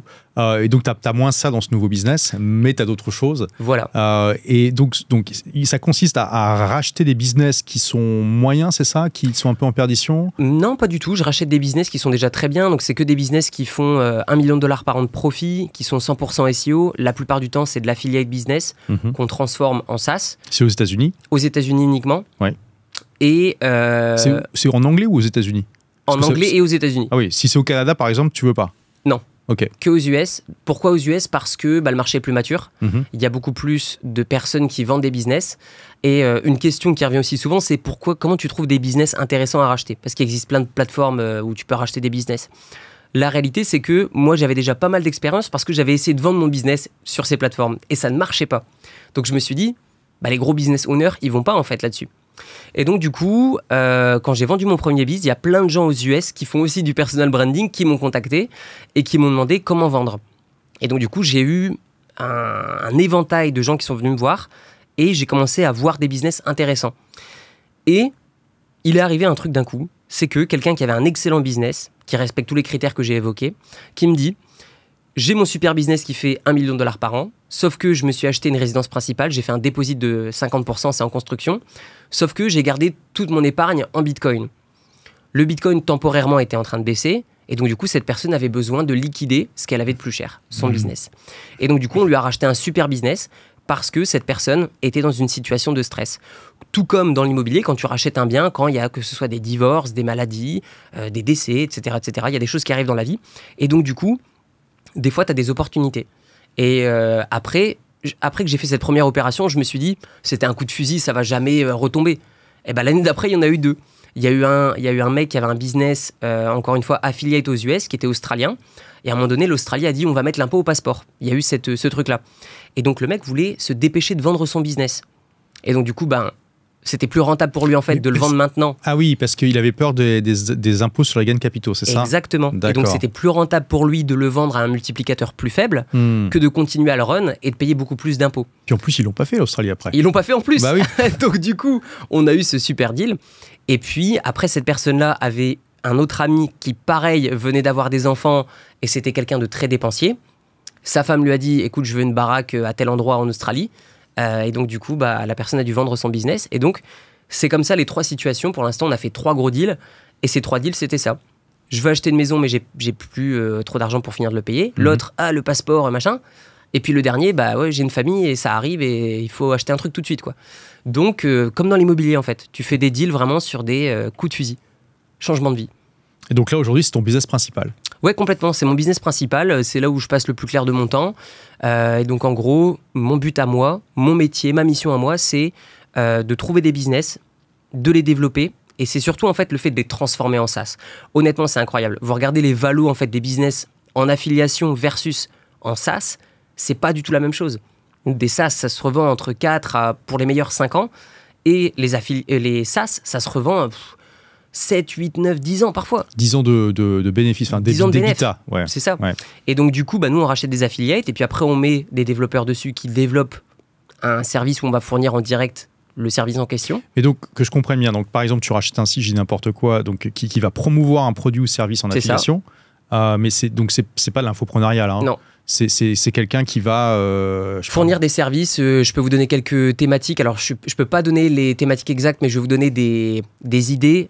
Par exemple, ça peut être, admettons que vous cherchez un docteur, admettons à proximité de chez vous, aux États-Unis, qui est pris en charge par votre assurance. Nous, typiquement, on rachète des business dans des thématiques qui ne sont pas celles-ci, mais qui y ressemblent. Et du coup, plutôt que d'envoyer des liens affiliés, du coup, on va créer finalement un service qui te permet de comparer le docteur le plus proche de chez toi, disponible tout de suite, spécialisé dans ce que tu veux et qui est pris en charge par ton assurance. Et donc, du coup, on va créer, par exemple, des moteurs de recherche avec des liens affiliés vers des assurances. En plus de ça, créer des systèmes en abonnement pour les gens qui veulent proposer leurs services plutôt que de les perdre. Parce que faire de l'affiliate, c'est ne pas avoir de clients. Par contre, créer un SaaS, c'est tes clients, tu fais du recurring et aussi tu as de la data, quoi. Donc, tout ça fait que tu augmentes les valos assez rapidement. Waouh! Et donc, ça te prend combien d'heures par semaine, ça? Je dirais que ça me prend, allez, on va dire, aujourd'hui, au départ, quand on a commencé, ça ne me prenait pas tant de temps que ça. Aujourd'hui, le fait de développer, parce qu'on a des business développeurs sur chaque thématique, et moi, aujourd'hui, mon côté, c'est plus création de contenu sur YouTube, pour en parler. C'est plus l'aspect écrire, décider quelle est la stratégie du business en question, pour qu'après les business développeurs juste appliquent. Je veux pas qu'ils réfléchissent, juste vous appliquez. Et mon travail, c'est avec les avocats. Parce que quand j'ai lancé cette activité, je pensais pas accueillir des personnes autres que mes amis en termes d'investissement. Et puis après, on a eu des personnes extérieures. Sauf que quand tu reçois de l'argent, quand tu fais un appel de fonds de quelqu'un qui n'est pas ton pote, il faut avoir une structure légale qui est très, très, très solide. Parce qu'on travaille avec les US, on a des gens qui sont en France, parfois on travaille avec des gens qui sont en Australie. La taille des deals qu'on fait aujourd'hui, on est censé travailler exclusivement avec certaines structures. Et donc, du coup, on découpe ces structures pour l'instant pour ne pas devoir à faire ça, mais la réalité, c'est qu'aujourd'hui, on est obligé d'utiliser ces très grosses structures, par exemple au Luxembourg, etc., pour justement qu'il y ait le moins de friction fiscale possible. Et donc, je ne me rendais pas compte, si tu veux, de la lourdeur d'un point de vue légal de ce truc-là. Et donc là, par exemple, en 2024, waouh, ça a coûté beaucoup d'argent, ça demandait beaucoup de temps. Je ne m'y attendais pas, mais heureusement que j'ai un associé qui est un associé de rêve et des équipes au top, parce que sinon, tout seul, c'est le genre de truc où j'aurais probablement pas eu le courage de démarrer. Oui, le côté investisseur international, ça doit beaucoup rajouter de paperasse avec tout le KYC et tout ça. On voit encore à quel point les États aiment nous donner du travail avec des régulations qui s'empilent, n'est-ce pas? Oui, et puis les avocats, leur business, c'est vraiment le consulting, les recherches, etc. Donc ouais, ça coûte très très cher, plus cher que ce que je pensais. Et le temps. Ouais, et donc tu as combien d'heures par semaine à peu près du coup? Donc je dirais que je passe à peu près 2 heures par semaine avec des développeurs, je passe à peu près 4 heures par semaine à créer une vidéo par semaine sur YouTube, et je passe à peu près 2 heures aussi à parler avec mes différentes équipes. Je dirais, allez, en comptant tout, plus la réflexion, etc., entre 15 à 20 heures par semaine en ce moment. Donc chose qui n'était pas le cas l'année dernière, où je travaillais plutôt 10 heures par semaine. Là aujourd'hui, c'est le double, mais je m'y attendais pas. Ok. Mais par contre, j'adore ce que je fais. J'ai pas cette sensation, sauf avec les avocats, de travailler. C'est vraiment juste l'aspect qui me... C'est lourd, mais tout le reste, je kiffe. Surtout l'aspect développer le biz. 15 à 20 heures, c'est pas grand-chose quand même. Ouais, ça va. Pour un business qui quand même est plutôt bon, il y a beaucoup de gens qui aimeraient être dans ta situation. Ouais. Puis bon, j'ai pu te voir un peu là depuis que je suis arrivé. T'as l'air quand même assez relax, t'as le temps de profiter de la vie. Oui. Tu m'as proposé plusieurs fois qu'on se voit dans un café parce que tu étais là en train de chiller avec tes amis et tout ça. Bon, ça va. Oui. Ah oui, j'ai quand même du temps libre. Et puis, on a pas mal d'équipes et tout qui nous aident dessus, donc c'est plus souple. C'est plus souple qu'un business en ligne où t'es tout seul et tu fais tout seul. Ouais, je pense qu'il faut vraiment bien s'entourer. Et donc aujourd'hui, tu es dans une situation où probablement tu pourras arrêter de travailler jusqu'à la fin de ta vie. Donc tu n'as plus de problème d'argent. Les anglophones appellent ça, tu es dans un état post-money.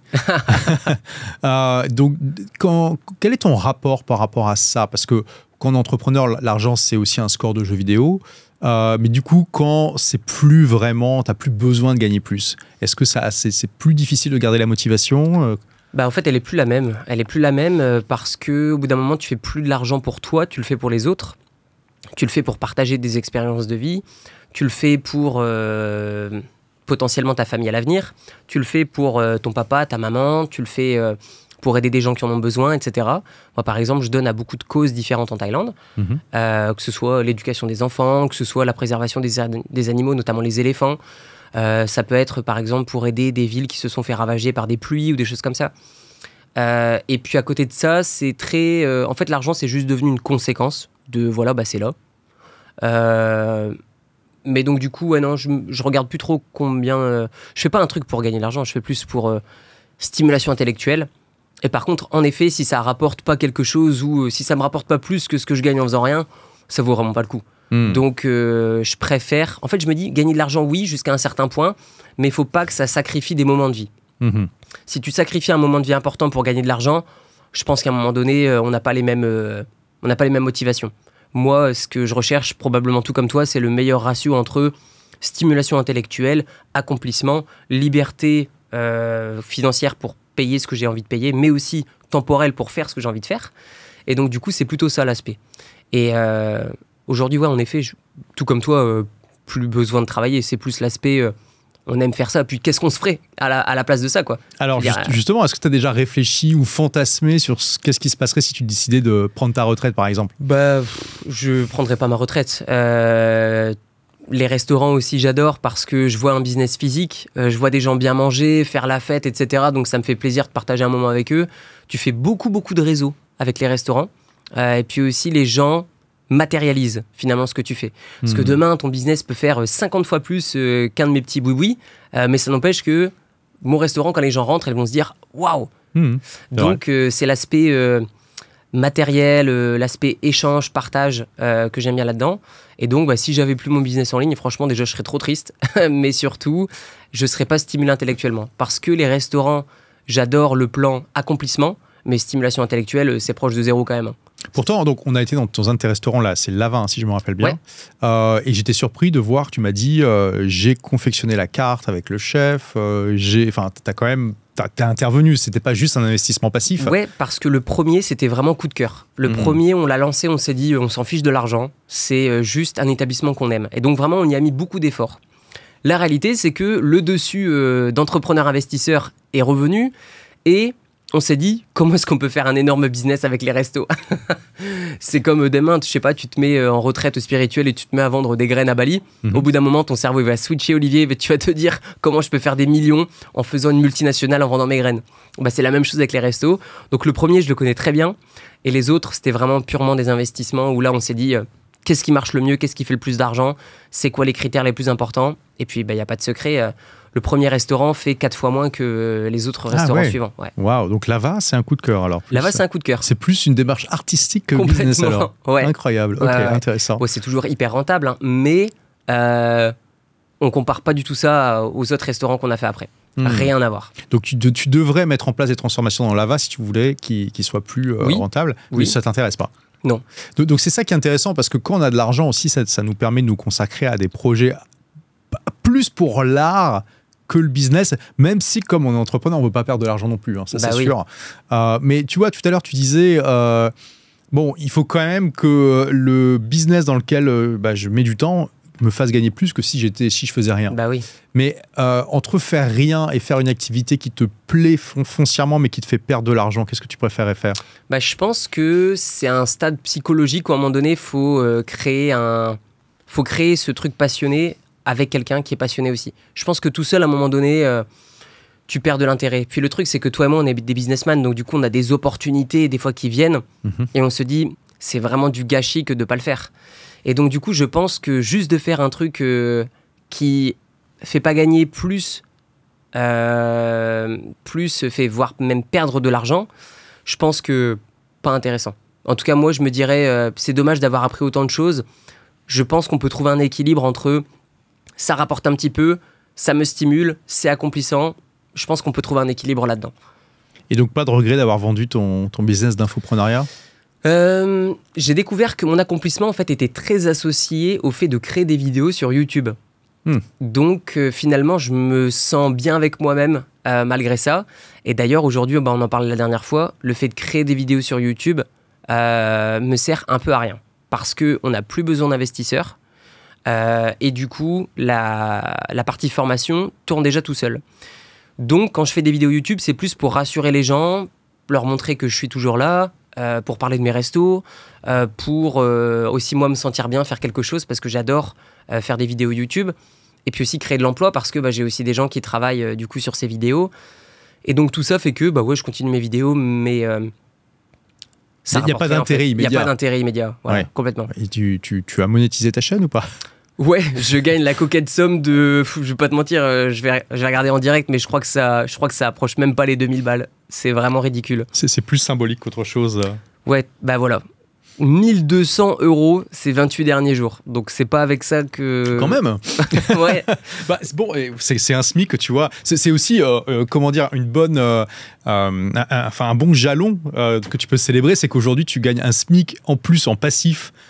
Et tu t'en fous. Ouais, après, ça couvre même pas les frais de tournage, de montage, etc. Ah oui. Donc là, on voit une activité qui te fait perdre de l'argent directement. Alors, voilà. D'accord. Ouais. Je dirais que tout compris, publier des vidéos au rythme de 1 par semaine, ça me coûte 5000 €, un truc comme ça par mois. Ouais. Et ça m'en rapporte 1002. Donc, après, tu amènes des gens quand même dans tes restaurants avec? Oui, voilà. Donc bon. Et puis même, c'est pas grand-chose. Ouais. C'est pas grave. Donc, on ne peut pas tout faire pour l'argent. Donc, exactement. Et tu vas continuer du coup? Je vais continuer. Pour l'instant, je vais continuer, mais avec mon associé, en fait, de plus en plus, on se dit, mon temps, il est mieux investi ailleurs, sur les business qu'on rachète. Puis le parc de sites internet rentables qu'on rachète commence vraiment à grossir.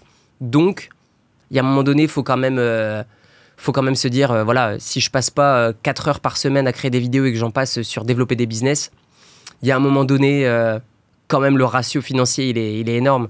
Parce que là, on a quand même fait des appels de fonds à hauteur de 20 millions d'euros. Et donc, du coup, est-ce que je préfère faire des petites vidéos sur YouTube où je partage mes conseils ou est-ce que je veux vraiment développer cet argent qui est investi? Donc, à un moment donné aussi, C'est intéressant quand même de se dire que déjà, il y a encore de la place pour des non-américains dans un marché aussi concurrentiel, parce que tu n'es pas le seul à vouloir acheter des business et que il y a quelque chose à faire alors que tu ne vis même pas sur place. Je suppose que tu as un associé sur place ou... Même pas. Alors, on a des équipes sur place qui travaillaient la plupart du temps pour les anciens business owners qui, du coup, étaient dans l'entreprise. Donc, on a encore des gens qui sont là-bas. Mais non, on n'y va pas. La réalité, c'est qu'il y a beaucoup de vendeurs de business aux US. Et je pense que même le fait d'y être, ça rajoute pas grand-chose parce qu'en fait, ils sont tellement split. Et il y en a beaucoup aussi qui sont expatriés, qui ont des business aux US, mais qui vivent en Australie, certains dans les pays d'Europe de l'Est. Il y en a même qui habitent ici en Thaïlande. Il y en a d'autres à Dubaï. Donc, en fait, pas vraiment besoin. C'est la beauté d'Internet quand même. Ouais. Tu peux racheter des business à 20 millions de l'autre bout de la planète, littéralement, là, parce que c'est... du moment que tu as des avocats entre deux... Il y a 12 heures de décalage horaire avec la côte Est de Bangkok, donc quand même, c'est pas rien. C'est incroyable. Est-ce que tu as découvert des surprises culturelles ou autres aux États-Unis, à part donc il faut des avocats et qu'ils aiment bien charger? Oui. Je dirais que c'est les Américains, ils ont un ego monstrueux. Ah oui? C'est compliqué parfois de dealer avec eux, que ce soit... alors avant la vente, ça va, parce qu'ils veulent de l'argent. C'est plutôt après la vente, où c'est parfois délicat, où tu rachètes leur business.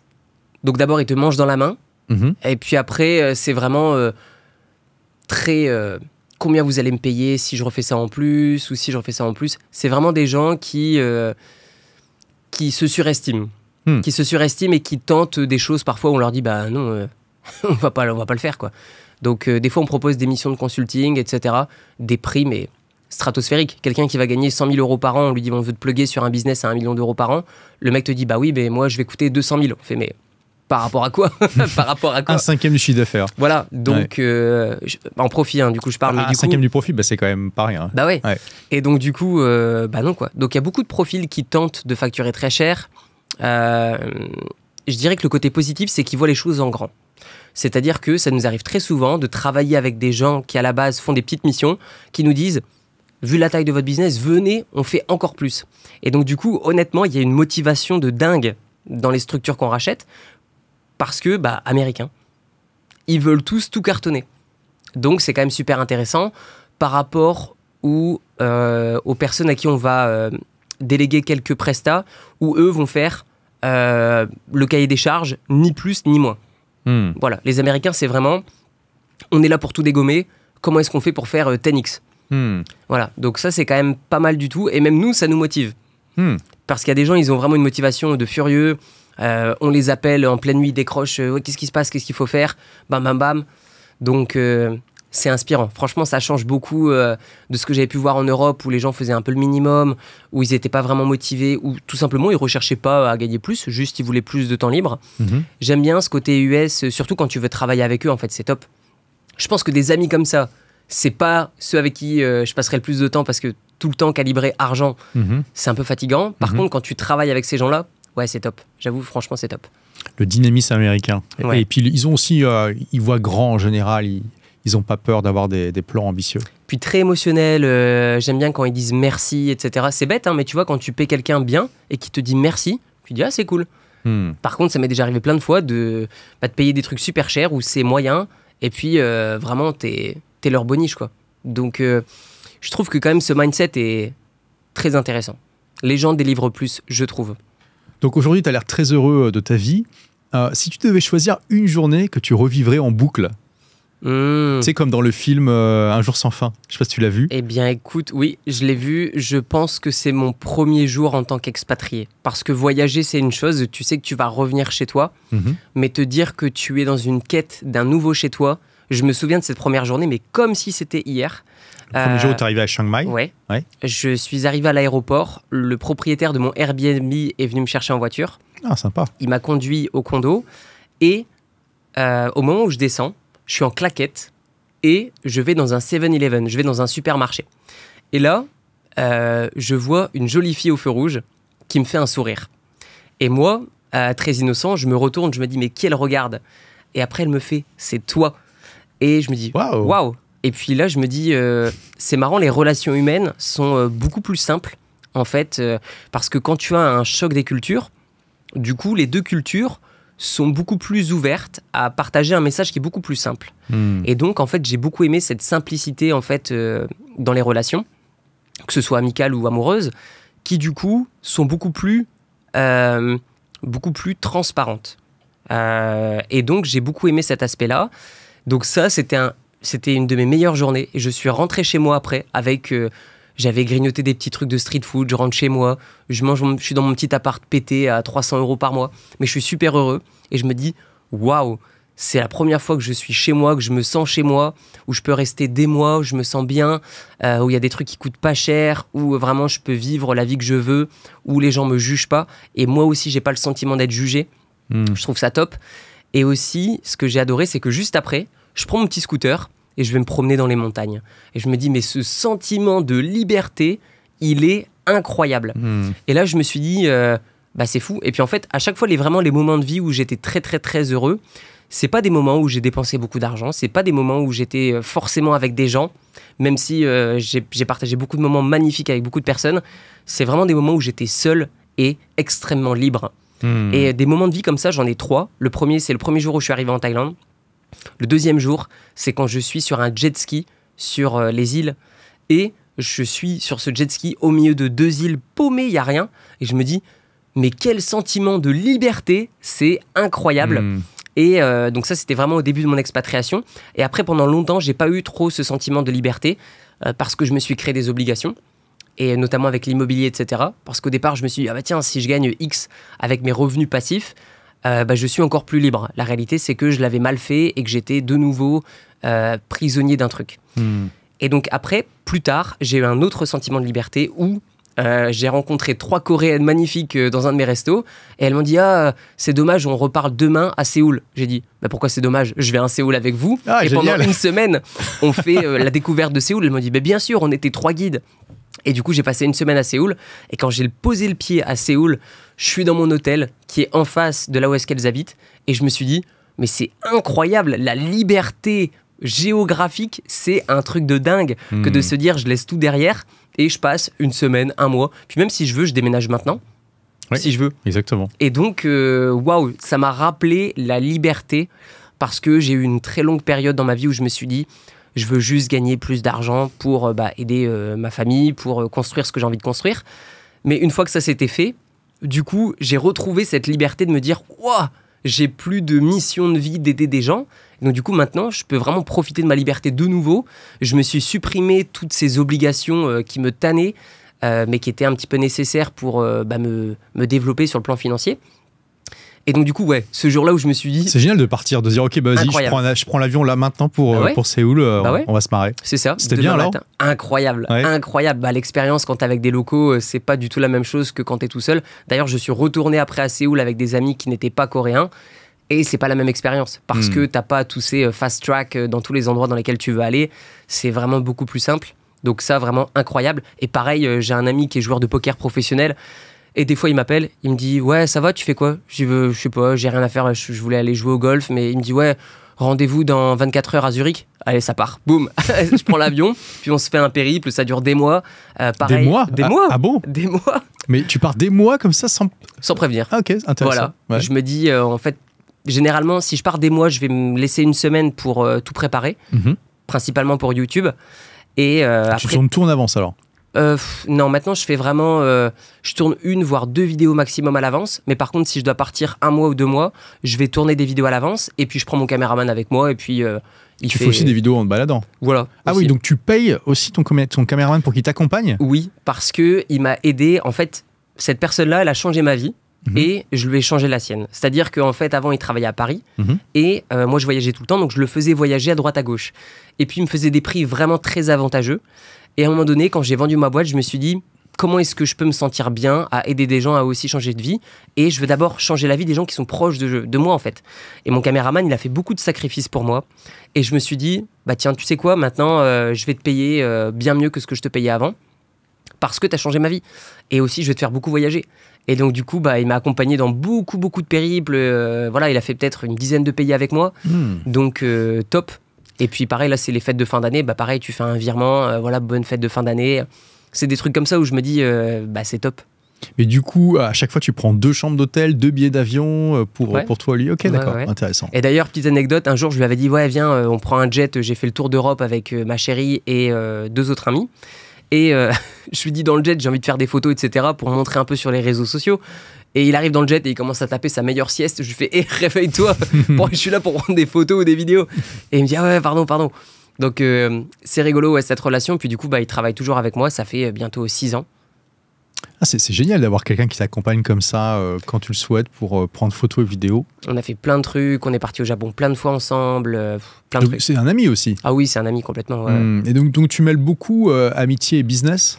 Alors, par le passé, trop. Après, pendant longtemps, pas du tout. Et aujourd'hui, je dirais que naturellement, tu sais, des liens d'amitié se créent. Parce qu'aujourd'hui, il y a beaucoup moins de tension sur le plan financier. Je veux dire, aujourd'hui, tu veux changer la vie de quelqu'un, avec un petit peu de ce que tu as, tu peux changer la vie de quelqu'un très facilement. Donc du coup, aujourd'hui, j'ai beaucoup moins cette pression, si tu veux. Aujourd'hui, si je veux donner quelques milliers d'euros à quelqu'un qui travaille pour moi depuis des années, c'est pas grand-chose. Donc du coup, c'est top. Par exemple, là, je lui ai filé quelques milliers d'euros, il prend sa chérie, boum, il part à Paris, il passe 2 semaines avec ses parents, où il leur offre plein de trucs. C'est plus du tout... tu peux changer la vie de quelqu'un aujourd'hui avec beaucoup moins, quoi. Même chose avec des enfants en Thaïlande. C'est 1 000 euros pour un an pour une éducation d'un enfant. Ah oui, ouais. C'est pas cher. C'est pas cher. Donc quand tu vois le ratio accomplissement personnel, le peu que ça te coûte, la vie que ça change à quelqu'un, c'est incroyable. Et puis rendez-vous dans 5-6 ans où l'enfant, il a fait toutes ses études, il a trouvé un métier et l'accomplissement de malade. Donc... Et donc tu dis que tu es passé de trop à pas du tout, alors tu as eu une mauvaise expérience Exactement, j'ai eu 2 mauvaises expériences. J'ai eu une première expérience où, à l'époque où j'habitais à Malte, dans cette belle villa, il y avait quelqu'un qui travaillait pour moi, qui était du coup mon ami en France à l'époque, et qui du coup, du jour au lendemain, s'est dit c'est bon, Théo il me paye bien, de toute façon il gagne plein d'argent, donc il va même pas le voir si je fais pas le travail pour lequel il me paie.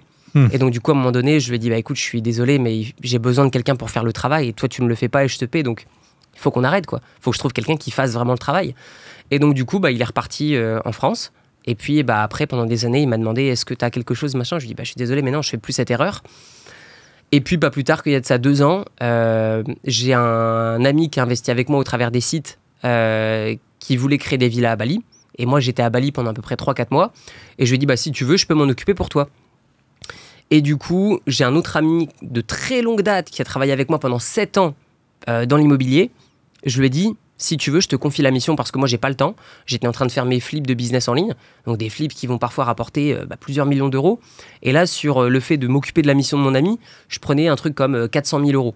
Et si tu veux, ça vaut pas le coup. Si tu veux, d'un point de vue purement coût d'opportunité, tu te focalises pas sur quelque chose qui te rapporte 400 000 quand tu peux faire un autre truc qui te rapporte beaucoup plus. Et donc, du coup, j'ai confié cette mission à un ami et je lui ai dit, comme je suis un porteur d'affaires, tu me donnes une commission de 100 000 sur les 400 000. Il m'a regardé droit dans les yeux, il m'a dit dès l'instant où il a signé, il a dit Théo, ta commission, skippée, je m'en fiche. Ah ouais. Et j'en ai passé des nuits blanches, Olivier, ça a duré des semaines parce que je me suis dit waouh, qu'est-ce que j'ai loupé, quoi. Ouais.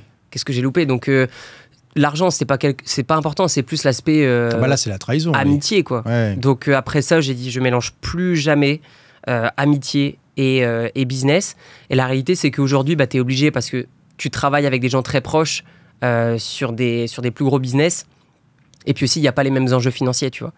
Donc, parce que moi, les restos, c'est bien, mais ça ne représente pas la plupart de mes revenus. Donc, je n'ai pas de pression par rapport à ça.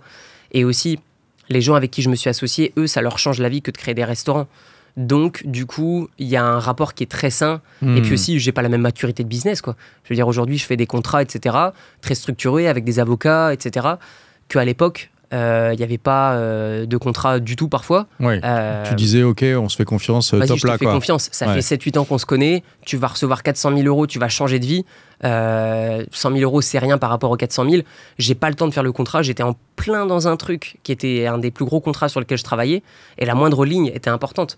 Donc du coup, j'ai pas pris le temps, et j'aurais dû, que de faire ça. Et au final, je l'ai dans l'os. J'ai perdu un ami et puis de l'argent. Wow. Dommage. Ouais. En même temps, tu as aussi... c'est un filtre, quoi. Ça permet aussi de voir les gens tels qu'ils sont. C'est ça. Donc, Mais aujourd'hui... Ça fait jamais plaisir. Non, ça fait pas plaisir. Donc, je pense que l'amitié peut se créer lorsque les intérêts sont alignés. Et je pense qu'il faut tout de même rester un peu professionnel. D'ailleurs, les personnes avec qui j'ai lancé des restos, on s'est connus parce que justement, on allait dans des restos ensemble. Et eux avaient des restaurants dans lesquels j'étais bon client. Et donc, parfois, on sortait ensemble, etc. Et depuis qu'on a créé ces restaurants-là ensemble, on a un peu plus formalisé nos relations. Et donc, on s'entend toujours super bien. On va dîner ensemble, mais on ne sort plus ensemble. On ne fait plus des soirées, etc. On est venu un peu calibrer ce truc pour... c'est juste mieux, en fait, d'un point de vue professionnel, quoi. Et donc, depuis tout à l'heure, tu parles beaucoup de l'importance pour toi d'avoir une famille, d'avoir des enfants. Toi, t'en es où dans ce projet pour l'instant ? Ah là là, j'aimerais bien vous dire que je suis à la première étape, qui est de trouver la compagne, mais c'est compliqué. Je ne sais pas si c'est intéressant que je raconte des relations que j'ai eues ici et les up and down, mais je n'ai pas trouvé pour l'instant la fille qui allait m'accompagner. Et donc, je suis toujours à la première étape. Bon, ok. Parce que c'est un peu, bon, tu parlais aussi des problèmes de différences culturelles. C'est un peu la malédiction de la Thaïlande et la bénédiction, c'est qu'à la fois, en tant qu'étranger occidental, on a quand même un énorme avantage ici, hein, c'est évident, bon, ça se voit. Déjà, il y a l'exotisme, plus un peu le fantasme de l'homme occidental chez les femmes thaï, mais en même temps, c'est facile de séduire, mais c'est difficile de bâtir une relation sur le long terme. T'as tout dit. Les relations court terme, c'est le paradis. Par contre, pour trouver un partenaire de vie, c'est beaucoup plus compliqué. Beaucoup plus compliqué. Que ce soit dans les interactions, que ce soit dans les projets de vie. Et puis aussi, en Thaïlande, il y a beaucoup de filles qui rêvent d'avoir une famille. Mais une famille, pas forcément avec le mari. C'est incroyable. Ah bon, oui. C'est-à-dire elles estiment que si le mari paie pour prendre soin de l'enfant, il n'y a plus vraiment besoin du mari, quoi. Parce que le truc le plus important qu'apporte le mari pour elle, c'est pas l'aspect émotionnel cocon, c'est plus l'aspect financier, quoi. Pour manger, donc c'est vraiment premier degré. Ah oui, non mais là après, elles ne sont pas toutes comme ça, effectivement. Mais quand même, moi, de ce que j'ai pu voir, j'ai passé 8 ans ici. J'ai passé 7 ans à Bangkok et 1 an à Chiang Mai. Donc, il y a des gens qui auront effectivement des histoires localisées différentes. Mais moi, pour en avoir vu beaucoup, et puis pour avoir beaucoup d'amis qui se sont aussi mariés, quand même, puis les statistiques ne mentent pas, hein, donc vous demandez à ChatGPT ce que vous voulez, vous aurez la réponse. Mais du coup, moi, ce que j'ai pu remarquer, c'est qu'il y a beaucoup de femmes qui sont célibataires avec un ou plusieurs enfants. Les enfants vivent chez la maman, enfin chez la grand-mère, du coup, et la femme continue d'essayer de trouver un mari tant qu'elle peut. Et puis après, au bout d'un moment, juste, elle revient avec son enfant.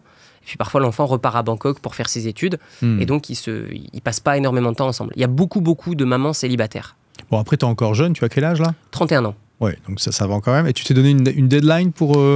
Non, en fait, je m'étais dit, d'abord, je veux créer le setup. C'est-à-dire, je veux ma résidence principale, je veux des sources de revenus décorrélées, etc. Je veux des revenus passifs, un certain montant de revenus passifs. Et une fois que j'ai atteint ça, je me suis dit, c'est bon, j'ai le setup parfait. Et puis après, je me suis rendu compte que du coup, ça attire aussi des filles qui sont que intéressées par ce que tu crées et pas forcément ce que tu es. Et puis, le fait que trouver un partenaire de vie, c'est pas facile aussi. Peu importe où tu habites dans le monde. Donc voilà, j'ai fait de l'A/B testing et je n'ai toujours pas trouvé. Mais j'ai eu plusieurs relations de plusieurs années à chaque fois.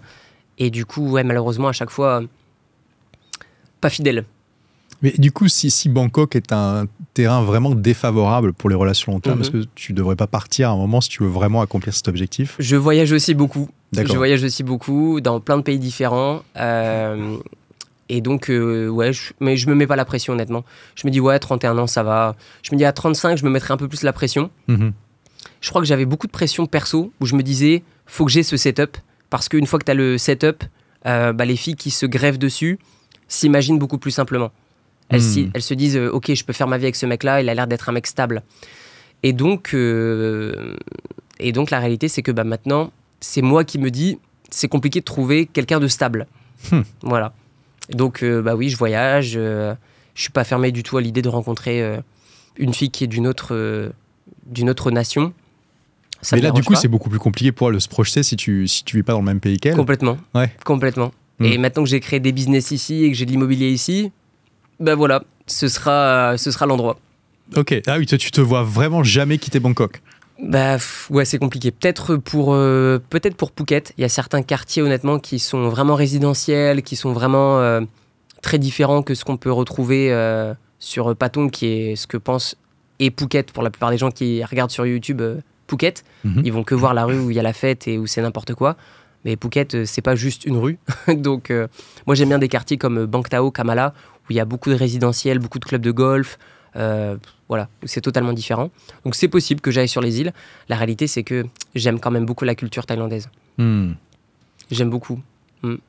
Mais parce que oui, tu dis, je reste aussi pour mes business, mais finalement, bon, les restaurants, tu n'as pas vraiment besoin de les gérer. Non. Tu es actionnaire minoritaire. Bon, tu peux continuer à faire des vidéos qui en parlent de temps en temps. Quand tu viendras ici pour les vacances ou autre, tu peux toujours venir. Enfin, tu n'as pas vraiment besoin de rester. Non. À moins que tu aies vraiment envie de continuer à investir dans des nouveaux restaurants. Non plus. Non plus. Non plus. Donc c'est vraiment, ouais. C'est intéressant. En tout cas, ce stade, t'es un peu mitigé. Oui, c'est ça. Je me dis demain, s'il y a quelque chose qui se passe, un visa avec une fiscalité intéressante dans un autre pays, pourquoi pas? La réalité, c'est que j'adore l'Asie. J'adore l'Asie. Les gens sont respectueux. C'est... Je me demande si tu n'aimerais pas Dubaï quand même. Hein. Dubaï, c'est vraiment pas mal. J'ai failli déménager il y a de ça 2 ans, où il y a eu en fait une super opportunité d'un point de vue investissement immobilier. Et finalement, je ne l'ai pas fait parce que j'étais dans autre chose et j'ai mis mon cash ailleurs. Mais j'ai failli franchir le pas. Moi, comme je te l'avais dit, j'ai un nez qui est très sensible à la pollution, vu que j'habite quand même à Bangkok depuis des années. C'est vrai que c'est un problème à Dubaï. Rendez-vous dans 10 ans, ceux qui habitent à Dubaï. Moi, au départ, j'avais aucun problème avec la pollution, etc. Aujourd'hui, j'ai le nez un peu bouché, ça fait 1 an et demi, quoi.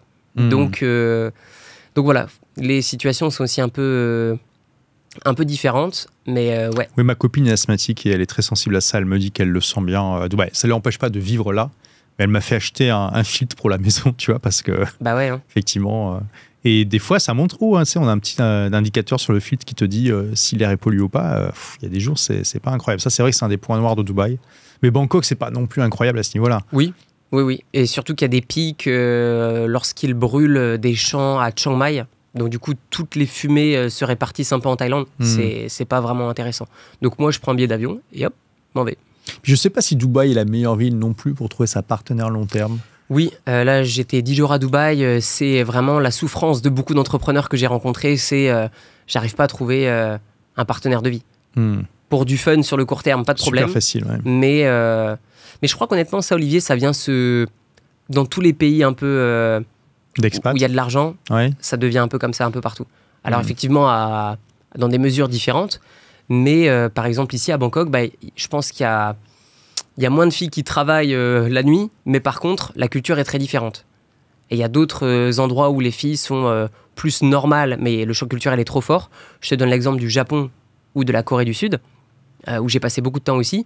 Et j'ai rencontré pas mal de nanas. Et honnêtement, je trouvais que la culture était vraiment encore différente de la Thaïlande. C'est pas juste asiatique, c'est vraiment localisé par endroit.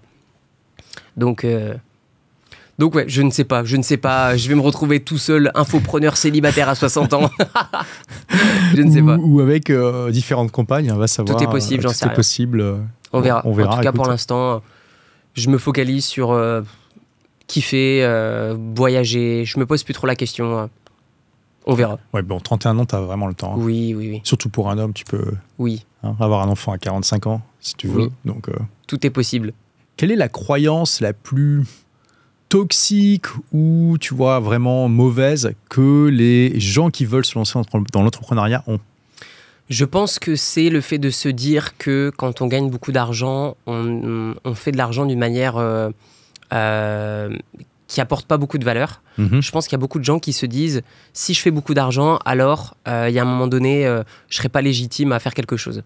Je pense qu'il y a beaucoup de gens qui se disent aussi faire beaucoup d'argent, c'est synonyme de, à un moment donné, on prend plus de valeur qu'on en offre.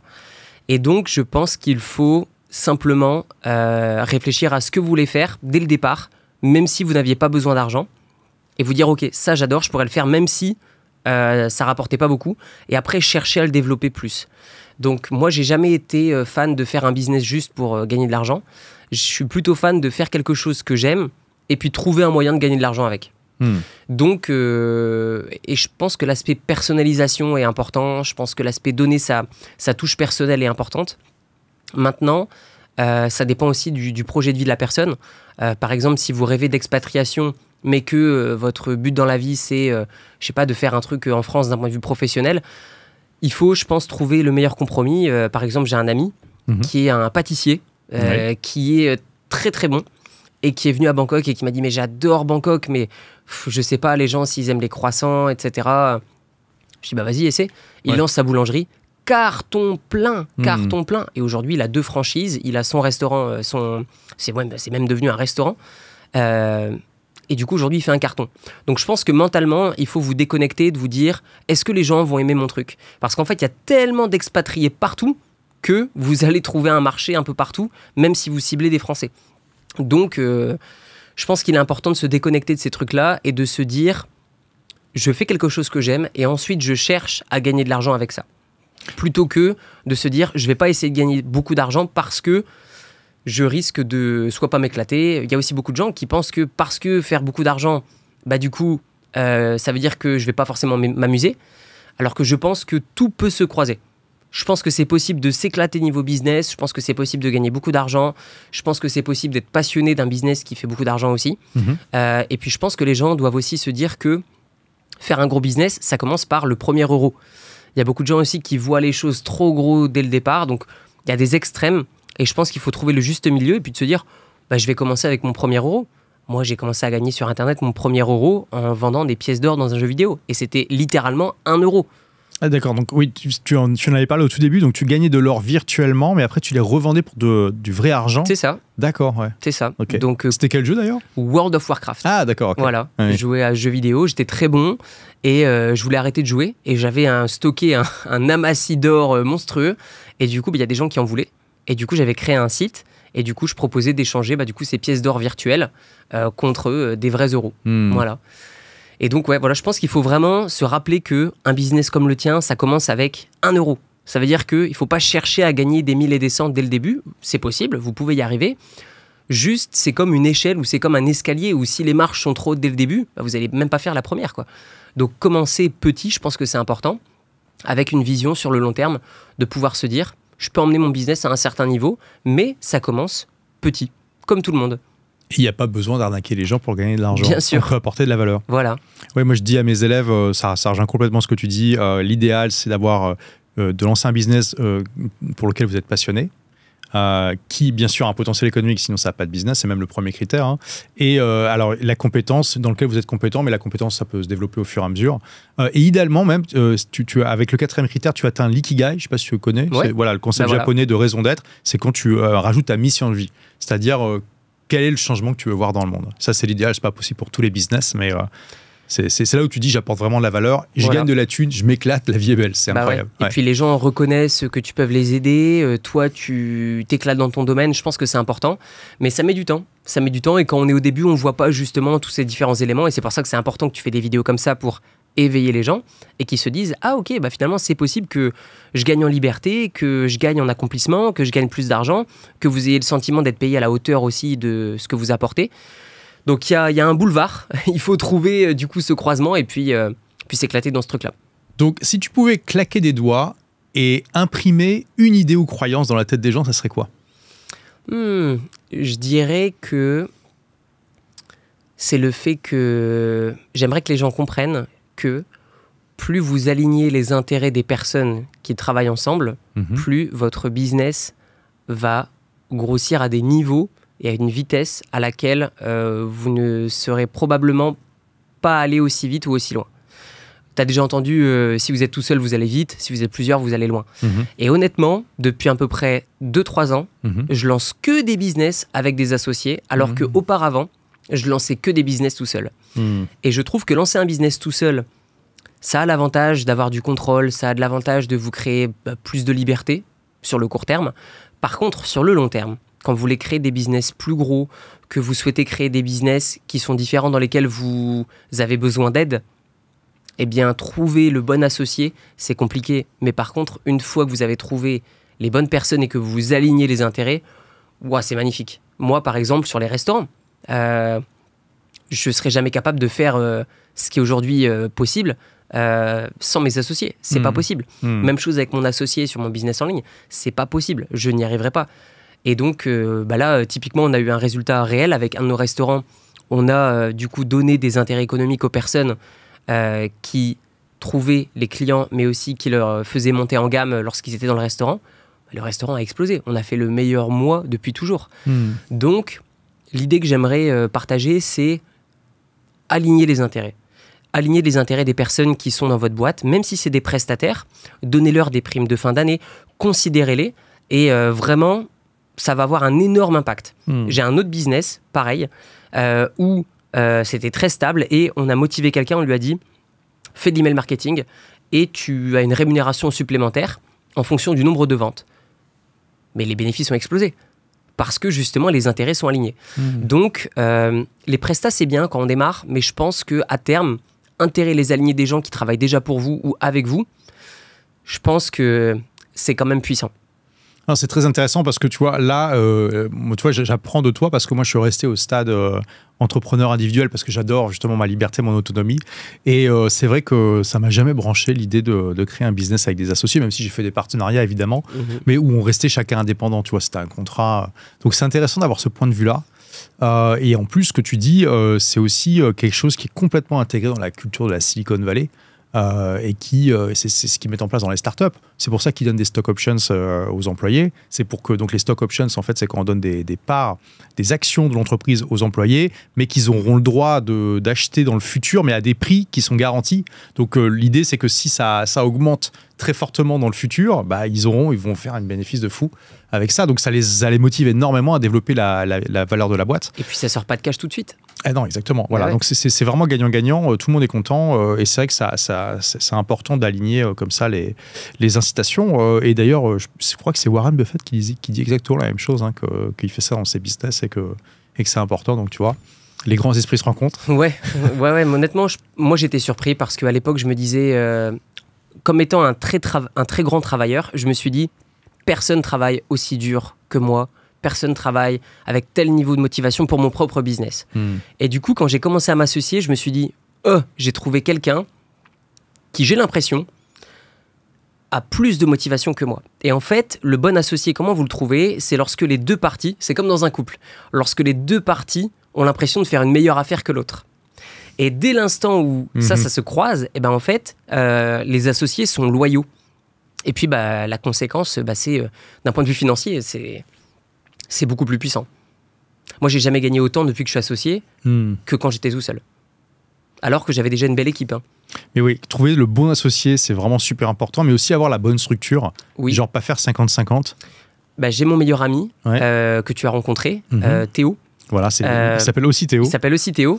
Et lui, il a plein d'opportunités de business et ça lui est arrivé plusieurs fois de créer des business avec des personnes et de faire une mauvaise structure. Et au final, il développe pas du tout le business et le business s'éteint tout de suite. Pourquoi? Parce que mauvaise structure.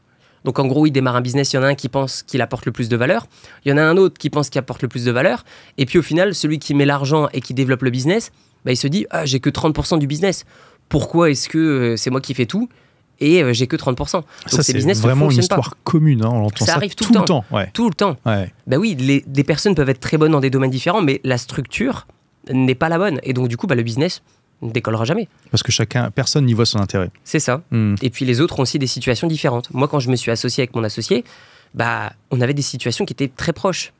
Et pareil avec mon ami Théo et ses associés actuels, ils ont des situations très proches. Par contre, demain, moi, je vais pas, ou toi, tu vas pas t'associer avec quelqu'un qui démarre. Parce que, pas forcément le même niveau de connaissance, pas forcément le même niveau de motivation, pas la même maturité de business. Parce que toi, tu veux faire peut-être un business à valorisation et lui veut faire un business à cash flow parce qu'il a besoin d'argent tout de suite. Donc, les intérêts sont totalement différents. Donc, trouver un associé qui vous ressemble avec des intérêts alignés où les deux parties ont l'impression de faire une meilleure affaire que l'autre, je pense que c'est bien. Et moi, je fais des petites structures où, par exemple, sur les business en ligne, on est à 50-50, et sur des business physiques, où là, ça demande plus d'argent qu'un business en ligne à partir de scratch, où là, peut-être parfois, il faut une personne extérieure pour ramener un peu plus d'argent, ou une personne, par exemple, qui va apporter énormément de visibilité. Mais c'est totalement différent, c'est plutôt pour les business physiques. Et donc, quels seraient tes conseils 80-20 pour trouver les bons associés, du coup? Je dirais que les meilleurs associés sont des gens qui vous connaissent déjà. Ça peut être potentiellement des personnes avec qui vous travaillez ou que vous aviez travaillé par le passé. Ça peut être potentiellement aussi des compétiteurs parce qu'ils connaissent très bien votre secteur. Et je pense que il faut que ce soit des personnes qui sont à peu près au même niveau que vous. Ce que j'entends par là, c'est que ça doit être des personnes qui soit ont besoin d'un business à cash flow ou soit n'ont pas besoin de cash flow maintenant et ont besoin et ont envie plutôt de créer un business qui se valorise. Je te donne l'exemple des restaurants où on a une structure particulière parce qu'il y a quelques personnes qui veulent créer plein de restaurants, donc développer la chaîne. Et moi, par exemple, qui voulais simplement me créer du revenu en Thaïlande, qui veut qu'un business à cash flow. Et donc, du coup, on a créé des structures différentes au sein de ces restaurants où eux, par exemple, ne se reversent que 50% des profits après provision de la société. Et donc, eux, ils touchent 50% et 50 autres pourcents sont mis de côté pour ouvrir d'autres restaurants. Tandis que moi, j'ai pas besoin d'économiser des restaurants pour réinvestir dans les restos. Donc du coup, non, moi je veux juste mon cash maintenant. Et s'il y a un truc qui me branche, je remets en plus. Donc je dirais vraiment l'aspect structure, c'est super important. Et dès que vous comprenez déjà ce que vous voulez, ça va être beaucoup plus simple que de trouver un associé parce que ça va vous venir en fait, je pense comme ça. Si toi demain tu devais créer un business dans un domaine en particulier, tu sais déjà qui sont les personnes de ce secteur avec qui potentiellement ça pourrait marcher. Donc, et puis je pense qu'il ne faut pas être ami non plus. Moi, par exemple, mes associés, je m'entends très bien avec eux, mais je ne suis pas sûr que je passerai une semaine en vacances, détente, doigt de pied en éventail avec eux. Pourquoi ? Parce que... Tu veux quand même mettre une limite. Oui, je pense que c'est bien de rester pro, parce qu'il n'y a pas de familiarité qui se crée, etc. Sur des petits business, pourquoi pas ? Ok, un business passion, c'est la passion de tout le monde peut perdre de l'argent, ok, pourquoi pas ?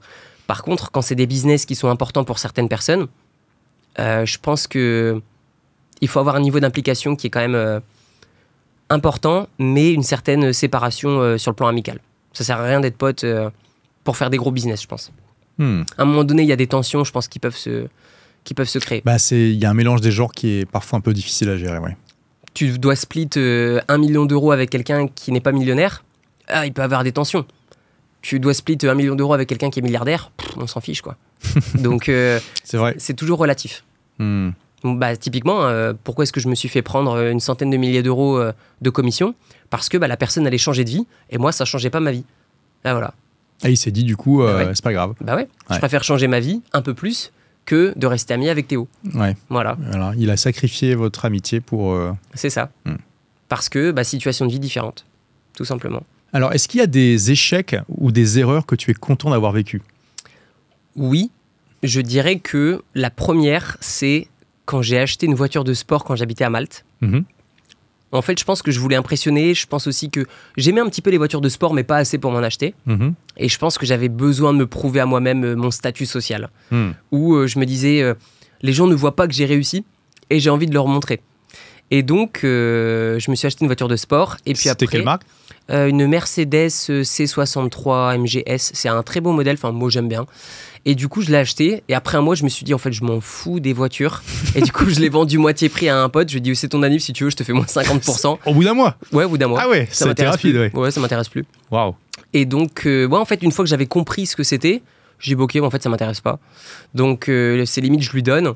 Et du coup, après lui avoir vendu, je me souviens, je me suis dit, tiens, je vais investir cet argent en bourse. Et je regarde entre le moment où j'ai acheté la voiture et le moment où je reçois l'argent de la vente, je me suis dit, mais attends, mais si j'avais investi en bourse, ma voiture m'avait coûté 100 000 euros à l'époque. 100 000 euros seraient devenus 120 000. Et là, j'ai vendu ma voiture 50 000 euros alors que je l'ai acheté 100 000. Donc là, j'ai perdu 50 000 alors que j'aurais pu gagner 20 000. Donc là, je me dis, mince. Donc tu as perdu 70 000 euros. C'est ça.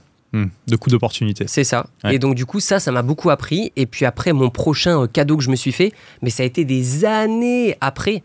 Et tu vois, durant ce laps de temps, je me suis dit, je suis content d'avoir perdu que 50 000 réellement tout de suite, parce que pendant des années, je me suis rappelé cette histoire et je me suis dit, Théo, tant que t'as pas énormément plus, il n'y a pas de voiture de sport. Et même là, j'ai une voiture, c'est une Toyota. J'ai un chauffeur, mais ça reste une Toyota. Je pourrais m'acheter ce que je veux comme voiture. Mais mentalement, c'est trop dur pour moi que de me dire que de m'acheter ci ou que de m'acheter ça si je le mettais en bourse ou dans de l'IMO ou dans des restos ou dans du business en ligne et que ça me rapporterait beaucoup plus, quoi. En fait, je me dis c'est juste que le ratio fun et finalement coût d'opportunité est jamais assez bon. Et je comprends qu'il y ait des gens qui se disent voilà, moi ils ont peut-être par exemple 1 million d'euros et qui se disent une voiture à 100 000, j'en veux pas. Je vous assure, c'est la même chose plus tard. Peu importe combien vous gagnez, c'est toujours le même sentiment que de se dire j'ai pas envie de mettre autant dans un truc qui n'en vaut pas la valeur ou de laquelle je vais pas me servir forcément. Même chose des fois, hein, ça m'arrive quand je suis, je sais pas, dans des hôtels magnifiques, je me prends un massage, c'est 300 € le massage. Je me dis, c'est dommage, dans une semaine je retourne à Bangkok, c'est 30 € le massage.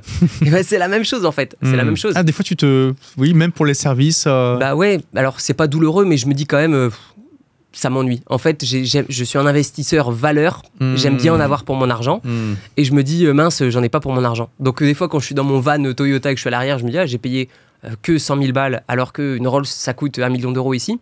Je me dis, est-ce que c'est 10 fois mieux ? Non. Ouais, bah oui, au bout d'un moment, tu as un rendement décroissant, c'est sûr. Bah ouais. Donc, mais ça n'empêche que y a un truc qui me bloque maintenant dans mes dépenses, c'est que je suis tout le temps investi. J'ai tout le temps tout mon cash qui est investi. Donc tout ton cash ? Tout mon cash, je suis tout le temps tout investi. J'ai très peu de cash, je suis très investi, que ce soit en bourse, en IMO, en resto ou en business en ligne. Et finalement, les seules fois où je peux me faire plaisir, c'est quand j'ai parfois des versements de dividendes trimestriels ou annuels. On définit se faire plaisir, c'est acheter un gros truc, parce que tu peux que te faire plaisir dans la vie quotidienne. Oui, voilà, oui, bien sûr. Si tu veux faire un bon resto, tu peux faire un bon resto. Non, voilà. Donc du coup, en effet, et puis aussi le fait que j'ai mon associé des fois qui me dit, moi si tu veux j'ai de la liquidité, je te paye ça puis tu me rembourses plus tard, il s'en fout. Donc des fois il me paye des trucs de vraiment de malade, comme par exemple ma montre, c'est lui qui il me dit tiens je te la paie, et il me dit ouais tiens je te la paie, tu me rembourses plus tard. Donc du coup c'est un peu dangereux d'avoir un associé parfois au même niveau. Mais sinon en vrai je m'en fous, tout ce qui est des voitures, des montres, etc. C'est juste que lui des fois me dit tu le veux, prends-le, tu me rembourses plus tard, machin. Voilà, c'est limite un peu un cadeau, donc je lui dis ok ça marche, même moi, machin, on s'échange des trucs. Pareil avec mes amis, on s'offre beaucoup des mises à disposition de liquidités. Parce que ça c'est un problème pour des personnes comme moi ou comme mes amis qui sont très souvent investis, c'est qu'on n'a pas tout le temps le cash totalement dispo tout de suite. Donc on se fait des prêts de plusieurs centaines de milliers de dollars signés. Et par exemple mon ami Théo par exemple, parfois tiens je vais racheter un resto ou des parts de resto, c'est 300K, tu les as, ouais tiens, il me rembourse, machin, etc. Et on corrèle ça. En fait, on ne se fait pas des intérêts. On se demande de où tu retires pour me prêter. Et du coup, je te réplique ta performance comme si tu étais encore investi. Comme ça, tu n'as pas de coût d'opportunité. Voilà. Donc, au départ, on se mettait des intérêts. Puis après, en fait, au bout d'un moment, on se disait, vas-y, on se met plus d'intérêts. Juste, on se met comme si on n'avait pas de manque à gagner, quoi. Et pourquoi c'est difficile d'emprunter en Thaïlande ? Pour les actifs dans lesquels on investit, oui, de par le fait qu'on est étranger. Et puis en plus, c'est à l'étranger aussi, sauf les restaurants. Ouais, mais même, tu vois, les banques, elles prêtent pas trop pour des restaurants, sauf si t'en as une dizaine ou quoi. Mais si t'en as comme nous que 3-4, c'est pas assez. Et la réalité, c'est qu'on n'a pas assez de deals sur lesquels rentrer qui sont de très bonnes opportunités pour avoir le besoin d'aller retirer du cash, d'emprunter du cash à la banque. Et comme je sais pas si je te l'avais dit, mais on essaye de créer en fait un espèce d'écosystème, moi et mes amis, où en fait on utilise tous nos services et tous nos logements dans un cercle et on fait en sorte qu'il y ait le moins d'argent possible qui sorte de ce cercle. Donc du coup on essaye de faire grossir ce cercle le plus possible. Donc mes amis dorment me louent mes appartements, ils mangent dans mes restos, je mange dans les leurs, etc. C'est intéressant ça comme... et c'est un cercle de combien de personnes à peu près ? 4 personnes. Et donc du coup on a tous des restos, on a tous des appartes et voilà. Waouh. Ouais, marrant. C'est marrant, ouais. C'est le cercle intime de 4 personnes qui se soutiennent. Une petite secte comme ça, où on se prête de l'argent et puis on utilise en priorité les services des gens. Voilà. Alors, c'est intéressant que tu sois, que tu aies très peu de cash, que tu sois vraiment très investi. C'est parce que tu as vraiment horreur de te faire bouffer par l'inflation le cash. C'est parce que Oui, il y a ça. Il y a aussi le fait que j'ai beaucoup d'opportunités. Et comme je suis ouvert à beaucoup de choses, par exemple, toi, je pense que tu fais surtout de l'investissement dans la bourse. Ouais. Tu fais aussi de la crypto. Je te dis, l'immobilier, je déteste. Donc, voilà. Donc, du coup, finalement, tu attends souvent qu'il y ait des opportunités peut-être sympas en bourse. Et donc, du coup, ils ne s'en présentent pas énormément. Sauf si tu fais du DCA. Je fais du DCA. Voilà. Donc, du coup, t'as pas à réfléchir. Par contre, du coup, moi, je fais pas forcément du DCA sur la bourse. Mais par contre, j'ai des opportunités. Moi, je suis OK sur l'immobilier, je suis OK sur le private equity et je suis OK sur les restaurants. Donc, du coup, il y a toujours un deal, en fait, qui se présente. Ouais. Et des deals, souvent, qui sont super intéressants parce que des changements de vie. Donc, tu as plus de deals dans des classes qui s'offrent à toi que de cash pour investir en tout. Exactement. C'est pour ça que tu as toujours à... OK. Exactement. D'accord, OK. Et du coup, avec tes LLC aux États-Unis, tu n'as pas accès au crédit ? Tu pourrais pas emprunter là-bas ? Ça nous intéresse pas. Alors, Pourquoi est-ce qu'on ne peut pas? Alors, tu peux, dans le cadre où tu rachètes une société, oui, c'est possible. Par contre, nous, on rachète que les actifs. Et donc, du coup, on crée une structure à partir de zéro. Donc, cette structure à partir de zéro, qui est une SPV, ne peut pas emprunter si elle n'a rien en bilan comptable. Oui, non, c'est normal. Donc, on met le cash, et puis ensuite, on vient racheter l'actif. Après, on fait 3 ans de comptabilité. Durant ce temps-là, on crée le SaaS en question, et puis ensuite, on le revend, la plupart du temps, à des gens qui habitent en Suisse. Ah oui, donc c'est intéressant. Tu rachètes pas la structure juridique. Pourquoi est-ce que souvent, c'est pas aussi optimal que ça le devrait être? Parce que si tu veux faire une due diligence, c'est plus cher sur une structure, et aussi, tu ne veux pas endosser toutes les potentielles casseroles du passé que tu ne connais pas. Donc en fait, on s'enlève un énorme risque c'est vrai. que de faire ça. Ouais. Puis bon, vous n'avez pas forcément besoin du branding non plus. Complètement. Ouais, c'est intéressant ça. C'est vraiment quelque chose que la plupart des entrepreneurs ne voient pas. Moi, ma première boîte, je l'avais pas revendue dans sa forme juridique. Je l'avais revendue sous forme de portefeuille client à 3 boîtes différentes. Ok. Ouais, j'avais séparé le portefeuille client en 3 catégories puisque j'avais différents types de clients et je l'avais vendu comme ça et ça marche bien aussi en fait. C'était une boîte dans quoi? Dans les services informatiques et développement logiciel. Ok. Et bah, c'est plus souple en fait. Tu vois, c'est plus facile de vendre des trucs comme ça qui étaient un peu spécialisés à différentes boîtes. Tu as beaucoup moins de paperasse. Parce qu'il n'y a pas de... Enfin, tu vois, quand tu transfères la propriété des structures juridiques, ça prend du temps. C'est casse-pied, ouais. Là, c'est juste des portefeuilles clients, donc c'est facile, en fait. Ouais, non, c'est vrai, à 80-20, et je vois pas, on en parle, enfin, les entrepreneurs en parlent rarement, donc c'est intéressant que tu fasses ça. Après, moi, je connaissais pas vraiment ça. C'est plus mon associé qui, lorsqu'on a fait un premier essai ensemble, lui, il avait déjà plus de 70 opérations d'achat-revente réalisées à 21 ans. Ah oui, c'est beau. Ah ouais, non, mais c'est beau. Vraiment, déjà multimillionnaire, il habitait à Bali, etc., quand on s'est rencontrés. Et on s'est rencontrés. Et en fait, c'était le petit ami de ma community manager. Ah oui. Et du coup, il m'a dit tu veux vendre ta boîte? Je dis ouais, mais j'y arrive pas tout seul. Il m'a dit ok. Et du coup, en quelques mois, il me l'a vendu. Et du coup, après, je me suis dit waouh, on peut faire un business ensemble. Et puis là, j'ai vraiment compris son expertise, quoi. Il comprenait vraiment les structures légales, la rapidité. Il avait aussi les contacts, etc. Et donc, du coup, nos 2 expériences cumulées, du coup, ça a bien matché, quoi. Donc, c'était ma seule association. J'avais jamais fait de partenariat avant. Et du coup, ouais, voilà, très branché revente de boîte. La question classique, mais qui est quand même intéressante, si tu devais recommencer tout de zéro avec 0 budget, tu ferais quoi? 0 connaissance aussi ou je les garde? Tu gardes tes connaissances. Mais tu n'as plus de réseau, tu n'as plus de budget. Alors, je suis en France, je retourne à Tourcoing, je suis chez mes parents, qu'est-ce que je fais? Ouais. Eh bien, je lance un compte Instagram où je fais des réels et je vends une expertise sous forme de coaching. Pourquoi? Parce que je pense que c'est le meilleur équilibre. Même si je redeviens un peu prisonnier de mon business, en fait, je trouve que le ratio liberté, temps passé est super intéressant.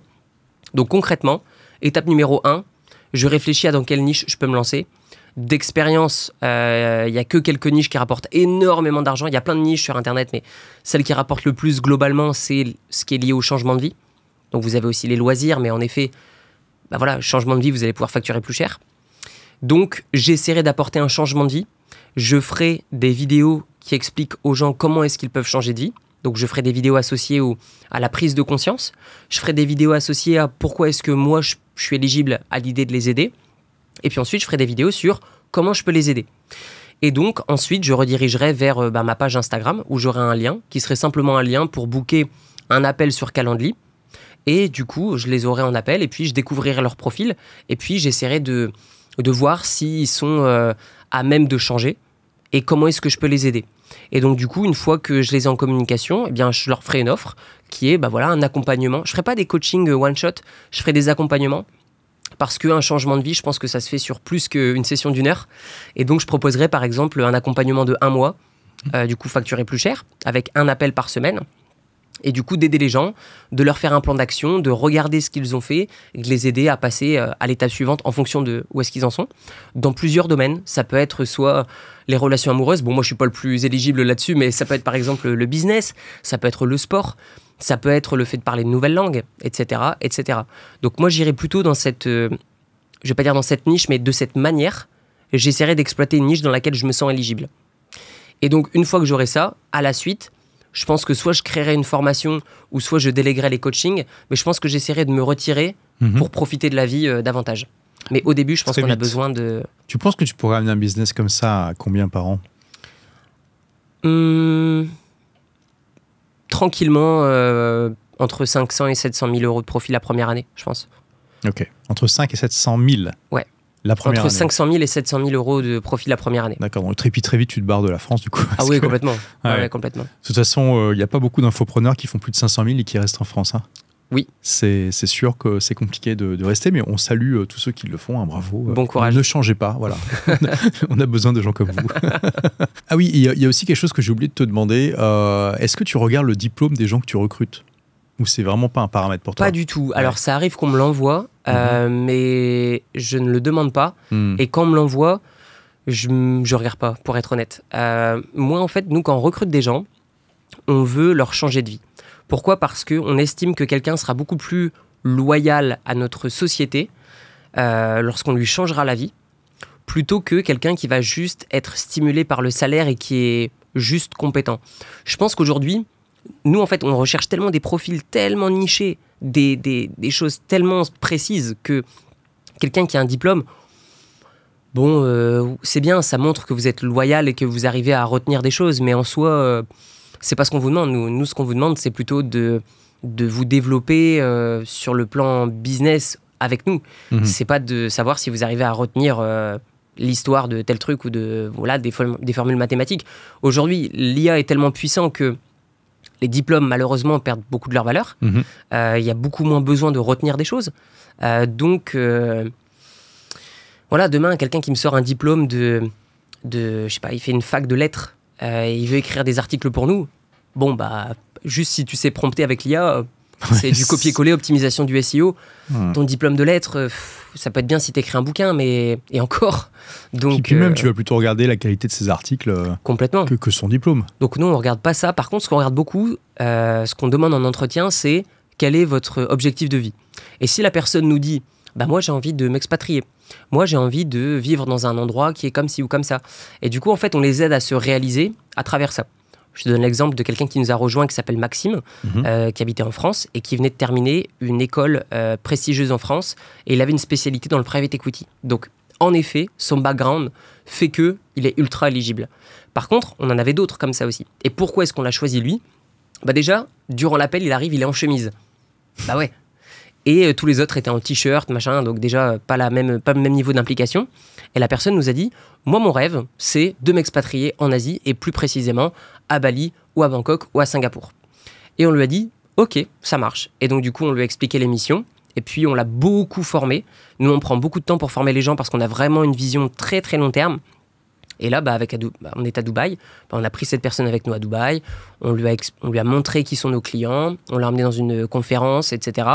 Et pareil, là, on a une autre personne qui arrive fin décembre à Bali, qui du coup était un entrepreneur en France qui a eu un changement de vie et nous a dit, maintenant, je veux redevenir un peu salarié indépendant, mais je veux déménager. Et donc, on a dit, bah ok, nous, on a nos bureaux à Bali, tu peux venir. Et du coup, on te demande juste de faire présence 4 jours par semaine. Et le reste du temps, tu peux travailler depuis chez toi. Le but, c'est juste que tu t'imprègnes aussi de la vision de l'entreprise. Donc, c'est pas que du télétravail, c'est pour ça. Oui, ce qui est intéressant, c'est que tu as cette démarche que j'ai pas vue beaucoup chez les autres infopreneurs, c'est que tu fais déménager les gens. Et c'est vrai que dans des endroits de rêve, donc c'est pas très compliqué. Hein, tu as toujours des candidats pour partir à Bali, à Bangkok, etc. etc. C'est quand même le rêve. Hein. Tu te dis, ouais, j'ai un boulot, et puis en plus, je vais je vais aller dans un endroit incroyable. On fait venir beaucoup d'hommes en dehors de Bali vers Bali. Et par contre, quand on recrute des femmes, c'est rigolo, il y en a beaucoup qui ont un très bon profil, qui sont déjà à Bali, mais qui en ont marre de faire un truc en particulier ou quoi, et qui du coup veulent plutôt trouver un cadre un petit peu semi-stable. Parce qu'on retrouve aussi beaucoup de femmes à Bali qui ont des business ou un petit peu, qui font de la prestation de services, etc. Mais elles se sentent jamais en sécurité. Et je sais pas si c'est parce que c'est des femmes, mais du coup, quand on leur dit qu'on a des bureaux, elles sont super contentes. Elles se disent, ah, mais c'est trop bien, je vais travailler avec d'autres personnes, je serai plus dans un cybercafé comme ça. Donc, c'est rigolo, cette différence de perception. Ouais. Ouais, tu penses que les femmes sont moins faites pour le travail à distance ? Je ne sais pas. En tout cas, ce que je remarque, c'est que le niveau d'enthousiasme, quand on dit aux femmes qui travaillent avec nous, on a des bureaux, elles sont super contentes. Par contre, les hommes demandent, combien de jours par semaine je dois aller au bureau ? Moi, c'est la question que je poserais si j'étais employé. Ben voilà. Ouais. Et donc là, on s'achemine vers la fin de cette interview. Quels sont les 3 livres que tu recommanderais pour les jeunes entrepreneurs? Pour ceux qui débutent, alors moi, il y a un livre qui est impressionnant, que tu connais aussi. D'ailleurs, je pense que c'est en regardant une de tes vidéos que je l'ai lu. C'est le MBA personnel. Ah oui, le Personal MBA. Personal MBA. Oui. En fait, que j'ai préfacé en français d'ailleurs. Ah ouais, ouais. Il est incroyable parce que, honnêtement, alors les 2 premiers tiers du livre sont les plus intéressants parce que de mémoire, le 3e tiers, c'est la partie comptabilité de mémoire. Tu me dis si je me trompe. C'est ça, oui.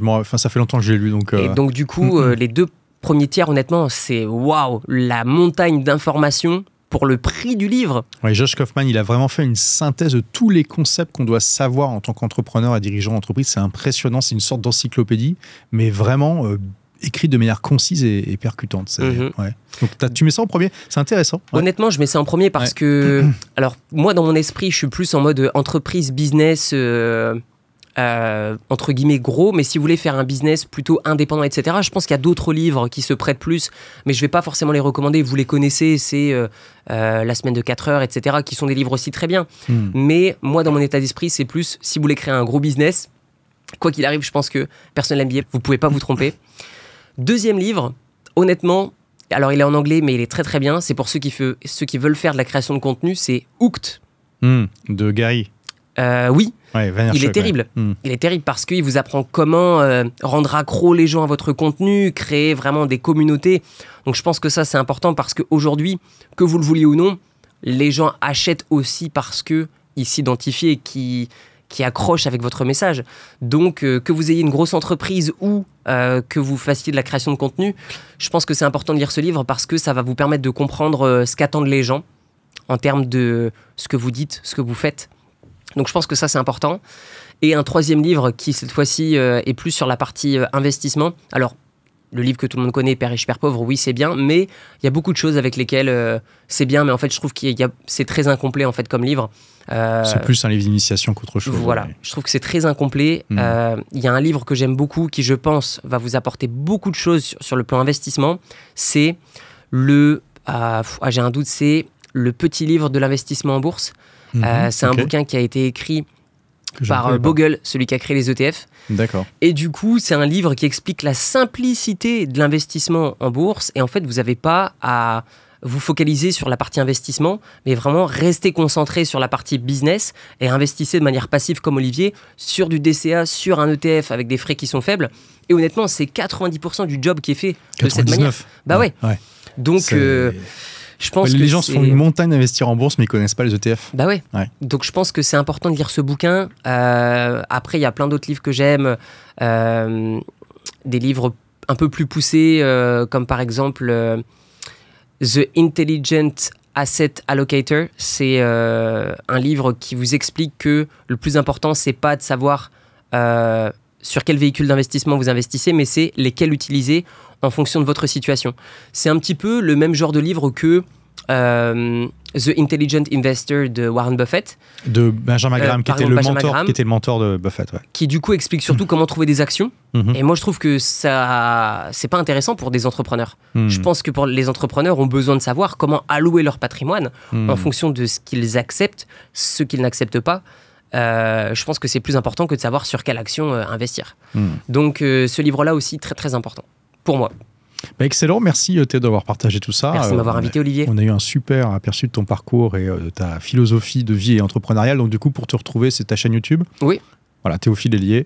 On mettra le lien là en description. Merci à toi et puis merci, Olivier. À une prochaine. Puis on espère que tu vas trouver la femme de ta vie pour lui faire des beaux enfants. Les doigts croisés. Merci beaucoup. Et donc voilà, si vous êtes encore là, vous faites partie des 10%, des 5%, des 2% des gens les plus motivés, c'est que vraiment ça vous a intéressé. Donc n'hésitez pas, vous pouvez assassiner le bouton like là juste en dessous et puis peut-être envoyer cette vidéo à quelqu'un qui pourrait en être inspiré. Moi je vous dis à très vite pour la prochaine vidéo. En attendant, n'oubliez pas, soyez rebelles, soyez intelligents et puis faites partie des gens comme ça qui se bougent, qui deviennent entrepreneurs et puis qui vadrouillent un petit peu partout dans le monde. Salut, ciao ciao.